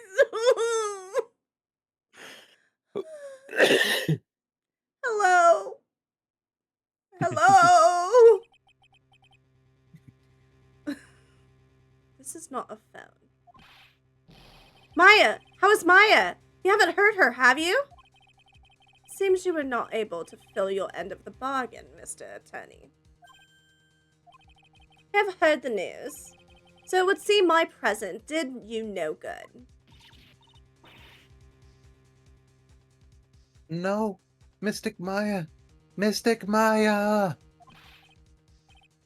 One more day, please. All I ask is for one more day. I'll get a not guilty verdict for sure this time, please. I suppose if I must. I need that acquittal more than anything else, after all. Please, please let Maya say something. I want to hear she's all right. All right. Here's then. I'm a snack. I'm a snack. A little snack. Like a little snaky snake. What is with this static all of a sudden? Hello? Hello? It seems bad. Connect. Damn it. Did the transceiver just suddenly break? Excuse me. Beep. What happened? I don't know. All of a sudden, it became nothing but static.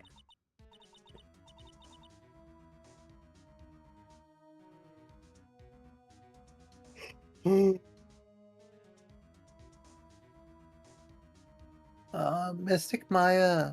Mystic Maya. Why did the transceiver suddenly break like that? I should probably have an electronics expert look at it. The sooner the better. I like how Old Bag was just standing there for all of that and didn't say anything. Right. We looked at these before. It looks like Mr. Corita had dinner that night.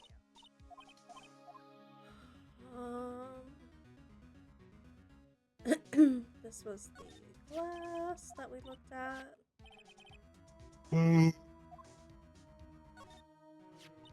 So oh, okay, we didn't read this one before. I can't believe Mr. Corita went so far just to say bad things about Mr. On Guard. Well, it was a press conference, so he had to go in costume. But weren't Mr. On Guard and Mr. Corita friends? They weren't friends. They couldn't be friends because they were rivals. So a rival is someone who is a strong enemy? Pearls is really fired up over this, and I don't have an answer for her. Well, rivals don't have to be enemies. We read this one before.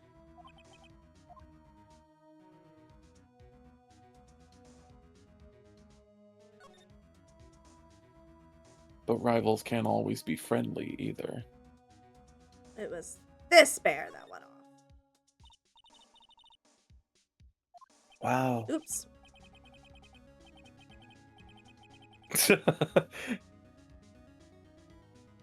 I just imagine, like,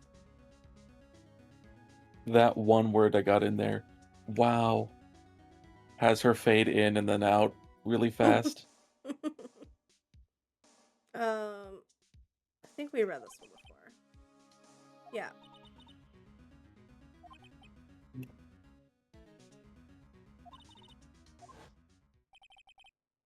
Yep. Uh-huh. I remember that now.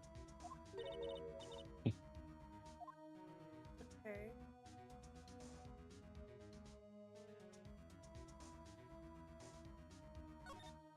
We read this one too. There's gotta be some new piece of evidence though.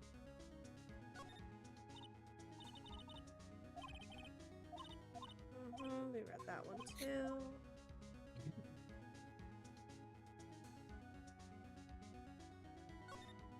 Pretty sure we read this one. Yep. Ah!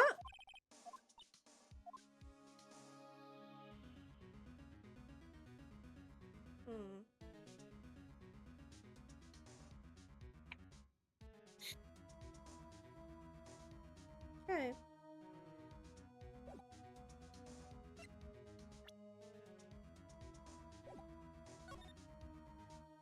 Is there anything we want to present to Old Bag?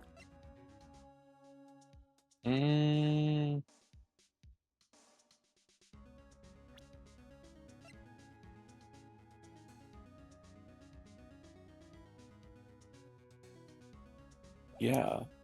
Yeah? Okay. John Doe's profile?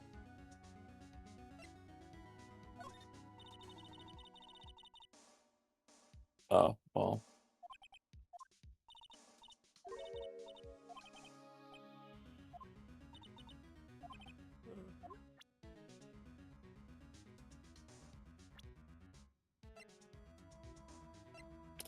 I'm thinking we just had to come here to get that talk with the killer.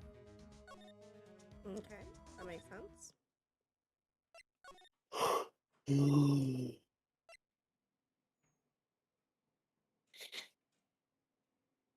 Maybe if we go back to Viola Hall, we'll be able to talk to Mr. Will Powers again. Okay. No. Fuck. But maybe now we can go to the Criminal Affairs Department? Nope. Oh, Gumshoe's gone, finally. March 22nd, Wright & Co. Law Offices. Who said I was gone? Hey, welcome back, pal. Is there anything we want to present to Old Bag? I don't know, a DNA kit test, whatever she was moaning at? No, I'm just... Ah! Every time I start moving forward, you guys drag me back down to hell! I'm just trying to where I live.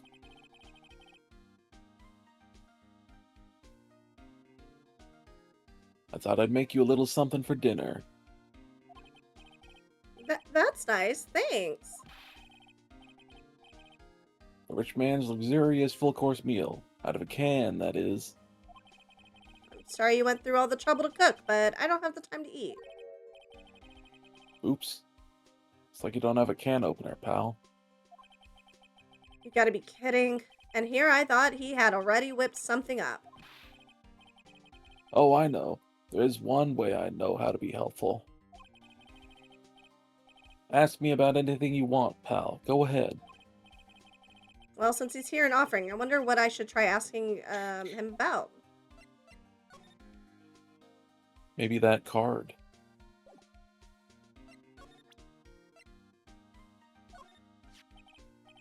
Well, yeah, do you know about this card?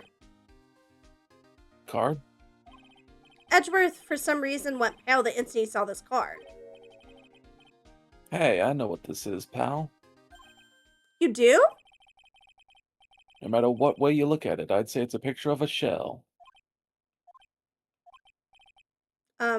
That's it? Oh yeah, that's right. Mr. Edgeworth really likes those cooked snail things. Escargots. What are they called again? Escargot, or something like that? Mr. Nick. I think we just solved the mystery of why Mr. Edgeworth's face turned pale, right? As I suspected, Gumshoe has no clue. Well...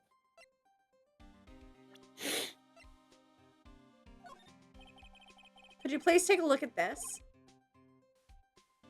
Oh.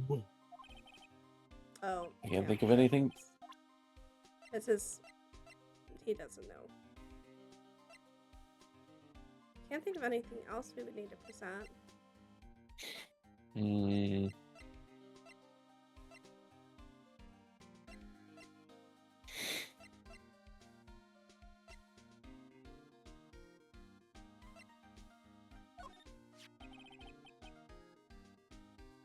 The transceiver.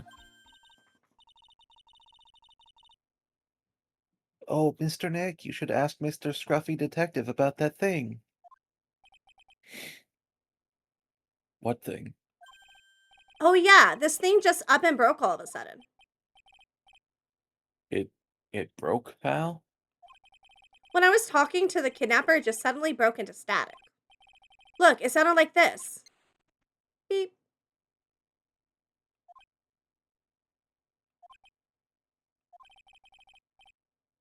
I don't hear any static, pal. Huh?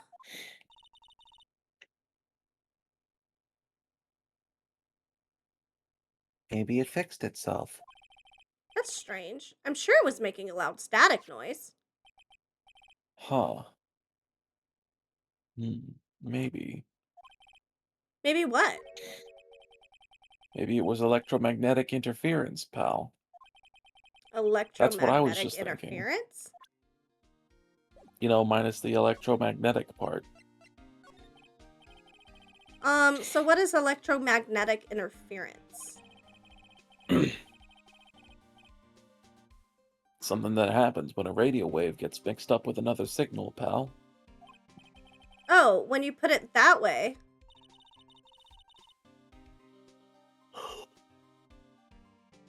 I don't understand what you're talking about. Like, for example, when a cell phone goes off next to a computer screen.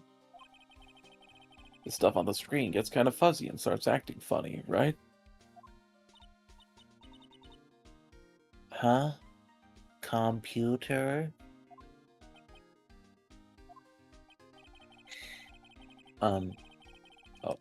It's like when you use the dryer next to the TV and the screen starts looking weird. Now we don't have that problem. Yes. The TV does do that. So that's what you're talking about. Yeah. So she seems amazingly happy at being able to understand this. So the room you were in when that interference to the transceiver happened. There's got to be something there that's sending out very strong radio waves, pal. 2007 problems? For real. Something like, like a listening device or something. Hey, speaking of that, where were you when it happened? We were in Mr. Kurita's room, the scene of the murder. What? That's it. I'm going to sneak into the precinct and get a bug sweeper. I'll meet you at the crime scene later, alright, pal? Oh, wait, Gumshoe. Oh yeah, baby, it's investigating time. I'm on fire, pal. My fingers are itching to go. Yeah!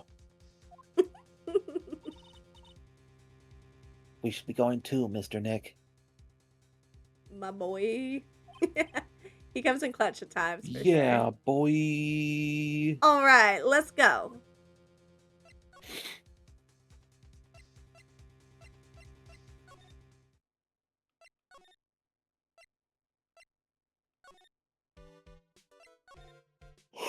He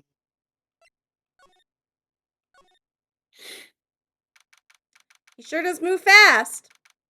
March 22nd, Gatewater Hotel, Corita's hotel room. Hey, you're finally here, pal. Sorry to keep you waiting. Do you have the, bug sweeper?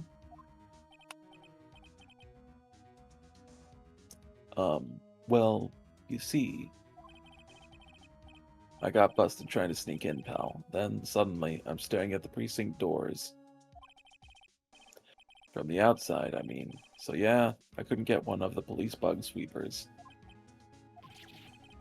What do you mean you couldn't get one? We need that item.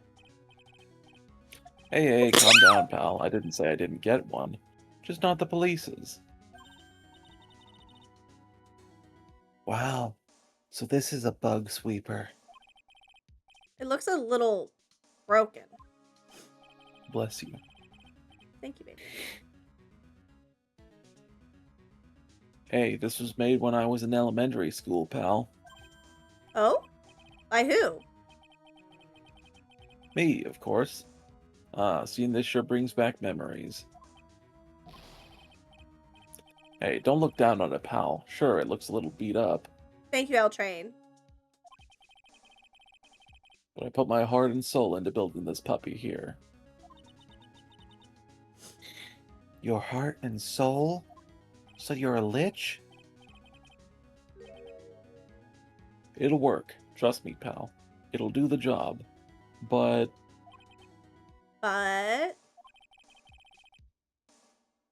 you can't set the sensitivity. So it's going to beep at anything that gives off electromagnetic waves. But isn't it better that way? Oh shit, that was you. Well, anyway, since I brought it all this way, might as well give it a whirl, right, pal? I'm getting that sinking feeling again. Okay, now I'll tell you how to use this baby. There's a listening device or some sort of bug hidden in this room, pal. So we're going to find it, right?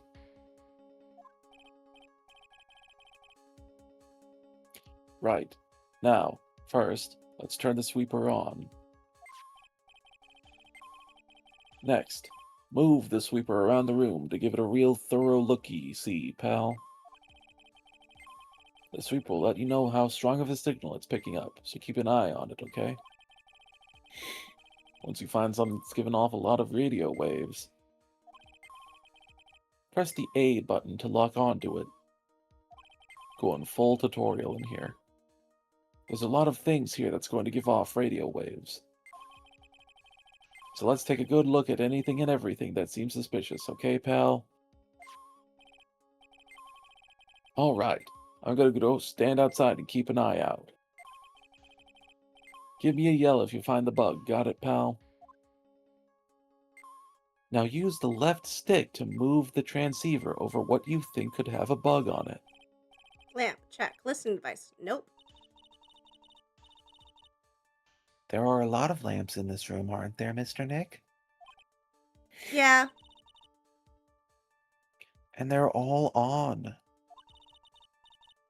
You shouldn't do that, Mr. Nick. Don't you know that's wasteful? Yeah, I'll be more conscientious. Fuck. Conscientious. Conscientious.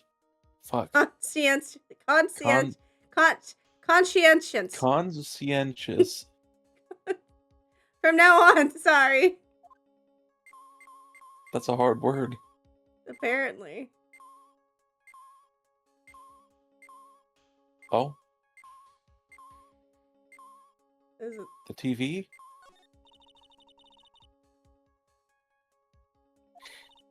Radio waves there. I saw it flashing red though. See? Yeah, it's close. You think it's the other lamp? Oh, it goes like that, TV. whatever you... Well, because they're electronics. You just spelled it again! We're in the same issue!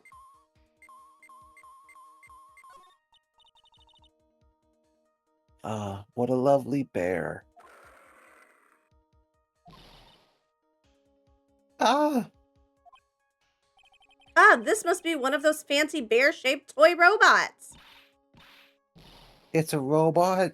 It's a real robot? Yeah, it's a real one. Mr. Nick. Yes. How many horsepowers is it? How many horses? If it wasn't for my phone's memory, wouldn't even know how to spell the word. Same. Horsies? Well, look, it's a bear, so,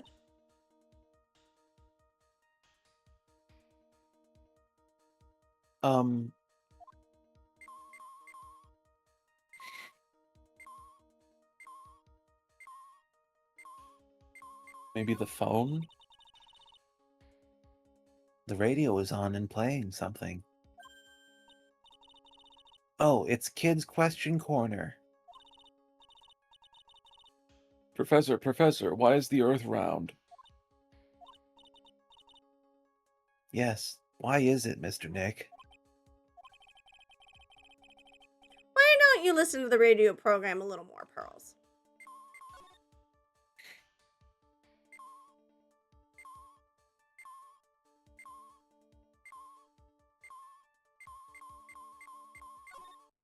Huh. This is just a giant stuffed teddy bear, right? It's the biggest one I've ever seen. Hey, so did you guys find it yet? The listening device, I mean. It's not, Pearls. It's flat. I kid. Circles and spheres are the most energy efficient material. That's why things naturally form into them. Hence the Earth. Like rocks.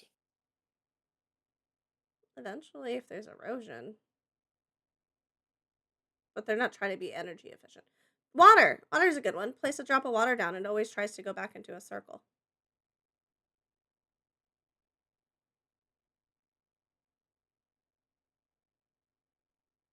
I see. I did read this line, baby. Oh. No, not yet. But this bear's eye is. Let's see. I like looking into your eyes. I like looking into your eyes.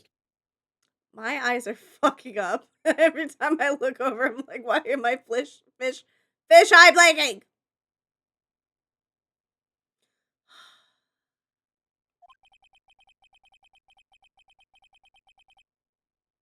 A perfectly normal stuffed bear with some really strong radio waves. Sounds like you found the device to me, pal. Let's dig this big fella's eye out and see what we've got. No, you can't. Such a violent act. Oh my Oof. god, you monster! No.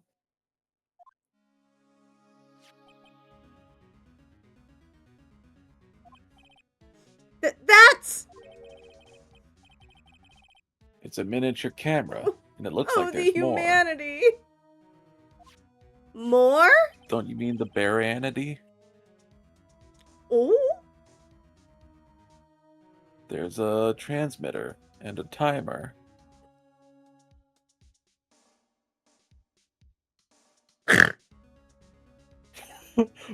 What? Don't tell me you're laughing at the bearanity joke. Okay, so what happened is you said it, and I thought it was funny, and then you went on to read your line, and for some reason, whenever I heard the first part, like the th of there, or actually just the first part of there, I thought you were gonna start singing bare necessities, and I was about to lose it. And then you read the sentence, and I went, "What?" I just started laughing. Anyways, it's a series of thoughts. I see. Watt-a-meter? Oh, a what-a-meter? A transmitter, pal. Oh, is this more of that high-tech stuff? Maybe back in 2007. So this tiny thing is a camera? Yep. It's a pinhole CCD camera, pal. I guess you could say the statue's secrets have now been laid bare. Hell yeah, You that's know a what good else one. I'd like to see laid bare?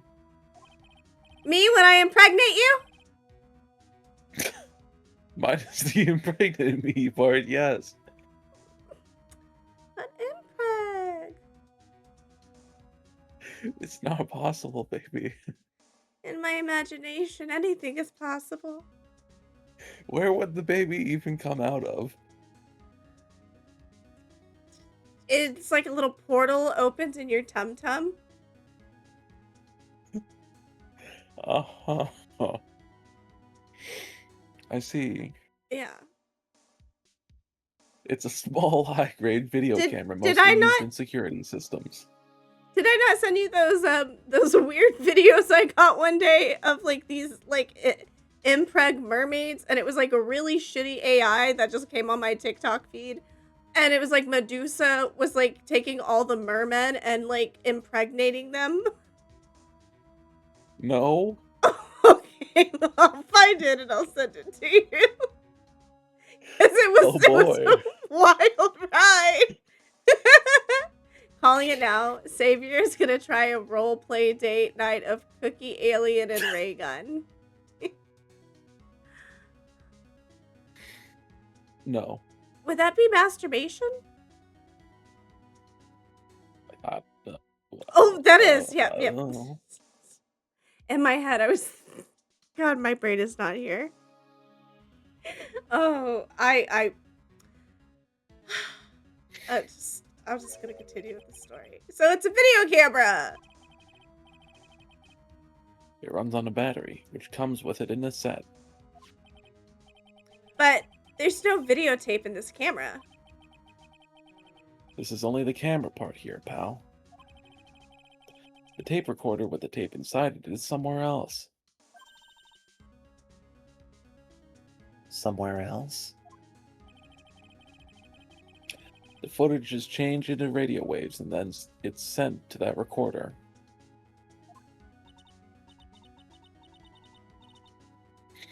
So, it's sort of like a TV broadcast, isn't it? Hey, you're right. I love watching the streams of this game as well. Still get to hear about the videotapes. I already, like, I played this one before, so...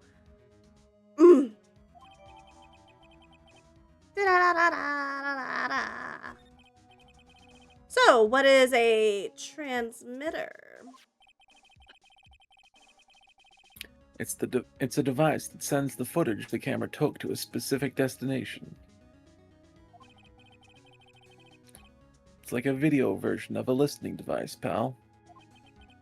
Looks like it's attached to a small clock-like thing. Oh, that's a timer, pal. You can set it to turn the camera on and record at a certain time with it.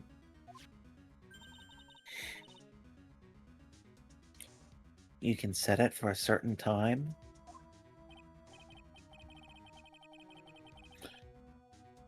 Oh. Okay. Yep, let's see. This looks like it was set to start at 8 p.m. and go for 1 hour. So it caught the fucking murder on camera.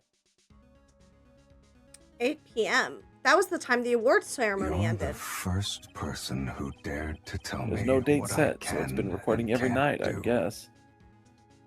Thank you for the self-care check, Pumpkin. I appreciate it. Just to double check, his time of death was after 8 p.m. but before 9 p.m., right? Oh, it was... 8:15. So that camera definitely caught him dying on camera. Sure did. Damn, I Hmm. can't believe the killer had the camera set up to live stream a murder on Woldstar. Mr. Detective, how long has this bear been here? What's crazy, Altratus, there's people that really do stuff like that. Yeah. I'm pretty sure it's been here since the night of the murder. Then maybe... Maybe Oh, this I don't doubt camera it. caught the murder on tape.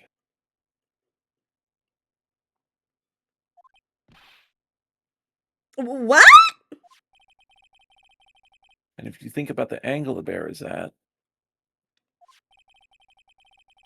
it's bound to have had a clear shot of the whole crime, pal.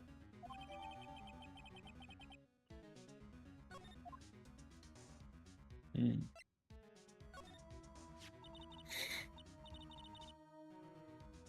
So there was a camera in this bear's eye? And it was disguised as a present? And I'm sure it was here on the night of the murder, pal. It's pretty big, so it stands out pretty well in my mind. But who gave Mr. Kurita this present? I, don't know, pal. But this means that someone out there's got a video of what happened here that night. Isn't there any way we can find out who that person is? It's impossible, pal. Radio waves can be sent almost anywhere, so there's no real way to find out. Oh. Oh, that was a good sniffle. I was like about to be like, oh, you got the allergies today, baby? Nope. Is there really no way to find out? God, I'm getting really tired. I got it. What? Hey, pal. Let me borrow this mini camera for a bit. What are you going to do? I'm going to go around to the electronics shop and see if I can find out who bought this. But that's impossible. I mean, it's already 9 p.m. Leave it to me. Even if I have to search all night, I'll find your man, pal.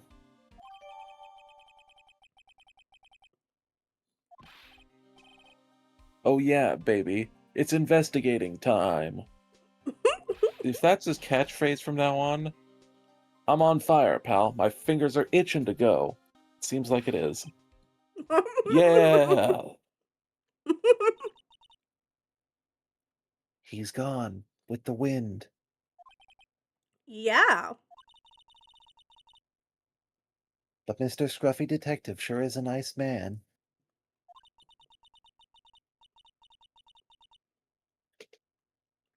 He's pushing himself so hard, all for Mystic Maya's sake.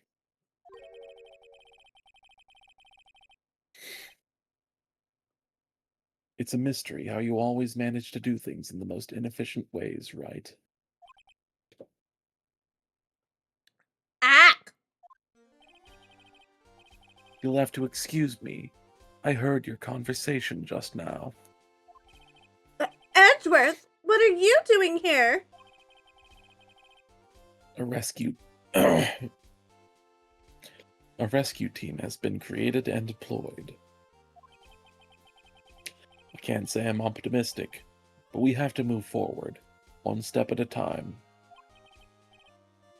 I see. Thanks.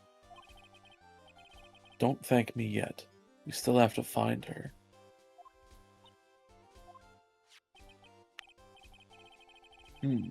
So there was a spy camera hidden inside the stuffed animal, huh? You are one lucky man, Wright. Do you know this stuffed bear, little girl? I have no idea. Please don't let old bag walk in right now. Oh.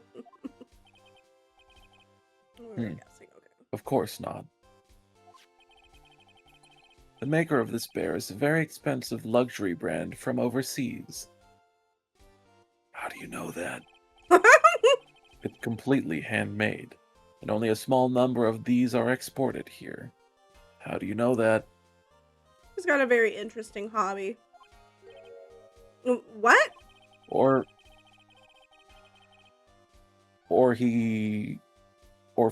didn't in the anime, didn't Francesca have like a little stuffed bear? I don't think that means he'd be into like giant fucking taxidermied motherfucking weird bear things.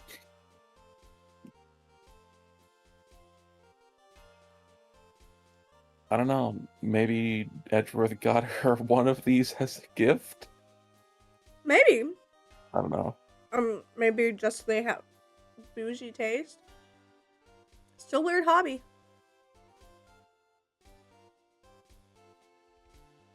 I don't think so, L-Train. I think Francesca had something. Well, we're gonna find out here in a couple of weeks. When we actually finish this game. We're close. The camera and transmitter that Scatterbrain Detective took with him are dead ends.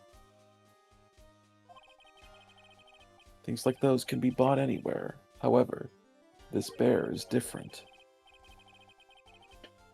By tracking how it got into the country, this bear can tell us who the buyer is.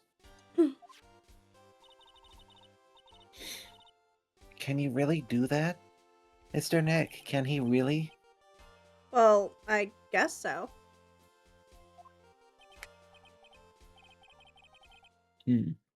It's 9 p.m. I think I can still make it in time. I'll be taking this for now. I'm sure you have other things you have to do.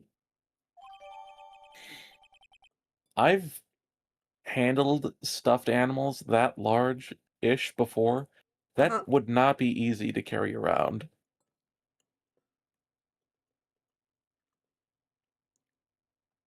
I believe you. I once had to carry a penguin that was taller than me. That thing's gotta be like 8 feet tall.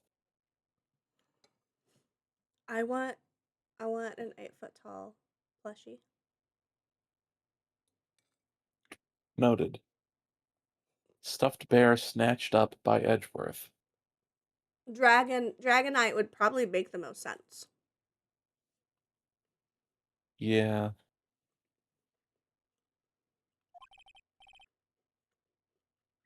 See you soon, Wright. Wait! What? Why are you doing this? Because I love you.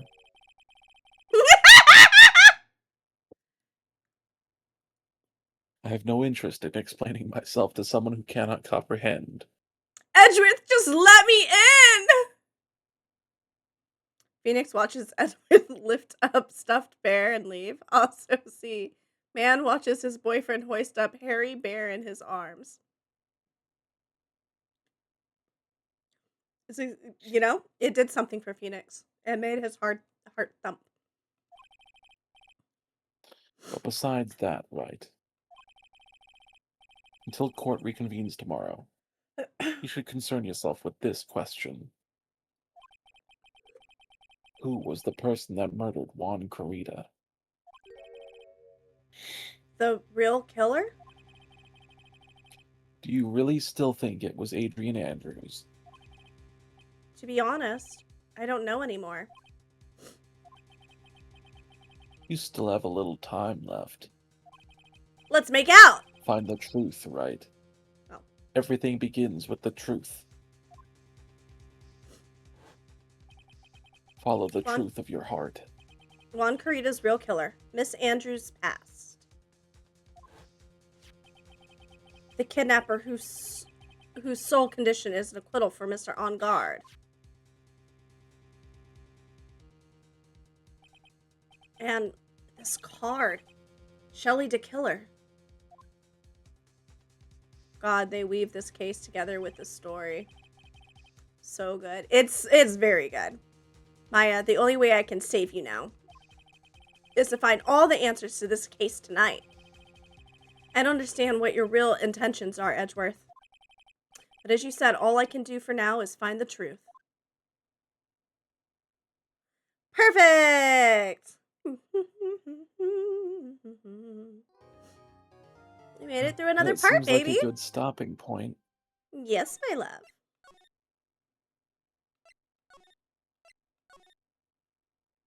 Okay. Part 3-2, investigation. We making good progress. Okay. So, let's find somebody to raid. Thanks for the stream, you two. Of course, L Train. Thank you so much for coming in. Always a good time. Always.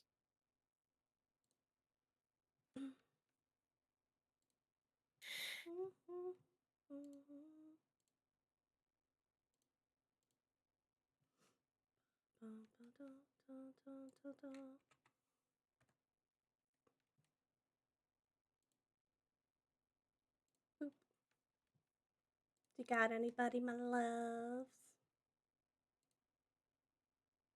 Not that I'm seeing.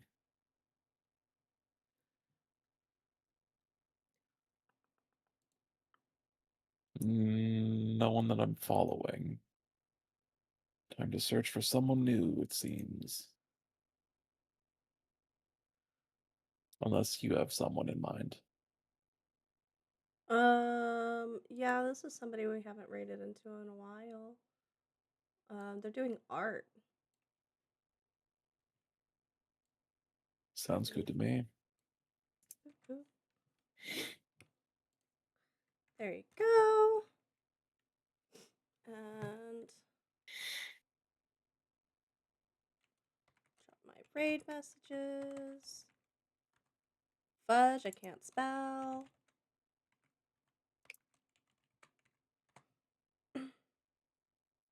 I'm gonna go ahead and start my raid because, yeah, we've raided them together before, so I think we're good to go, right? Who is it? Oh, you dropped the name. Put the name in chat, yeah. Yeah, we're good. Okie dokie, I started my raid then. Okie dokie, everybody. Thank you so much for coming in and hanging out today. Thank you guys for the biddies, for your yapping. Thank you everybody who lurked. I messed up my entire spiel today. My brain no worky. But we will be back tomorrow for the forest and human fall flat. Yep.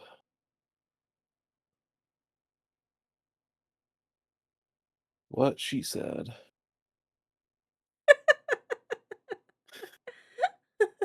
Thank you to everyone who came in, chatted, lurked, gave bits, followed, all that good stuff. And yeah, see you guys tomorrow for Forest and Human Fall Flat. See ya. Yep. Copy the raid message. We're gonna go check out the art that Koneko Hoshi is making. Okay, bye.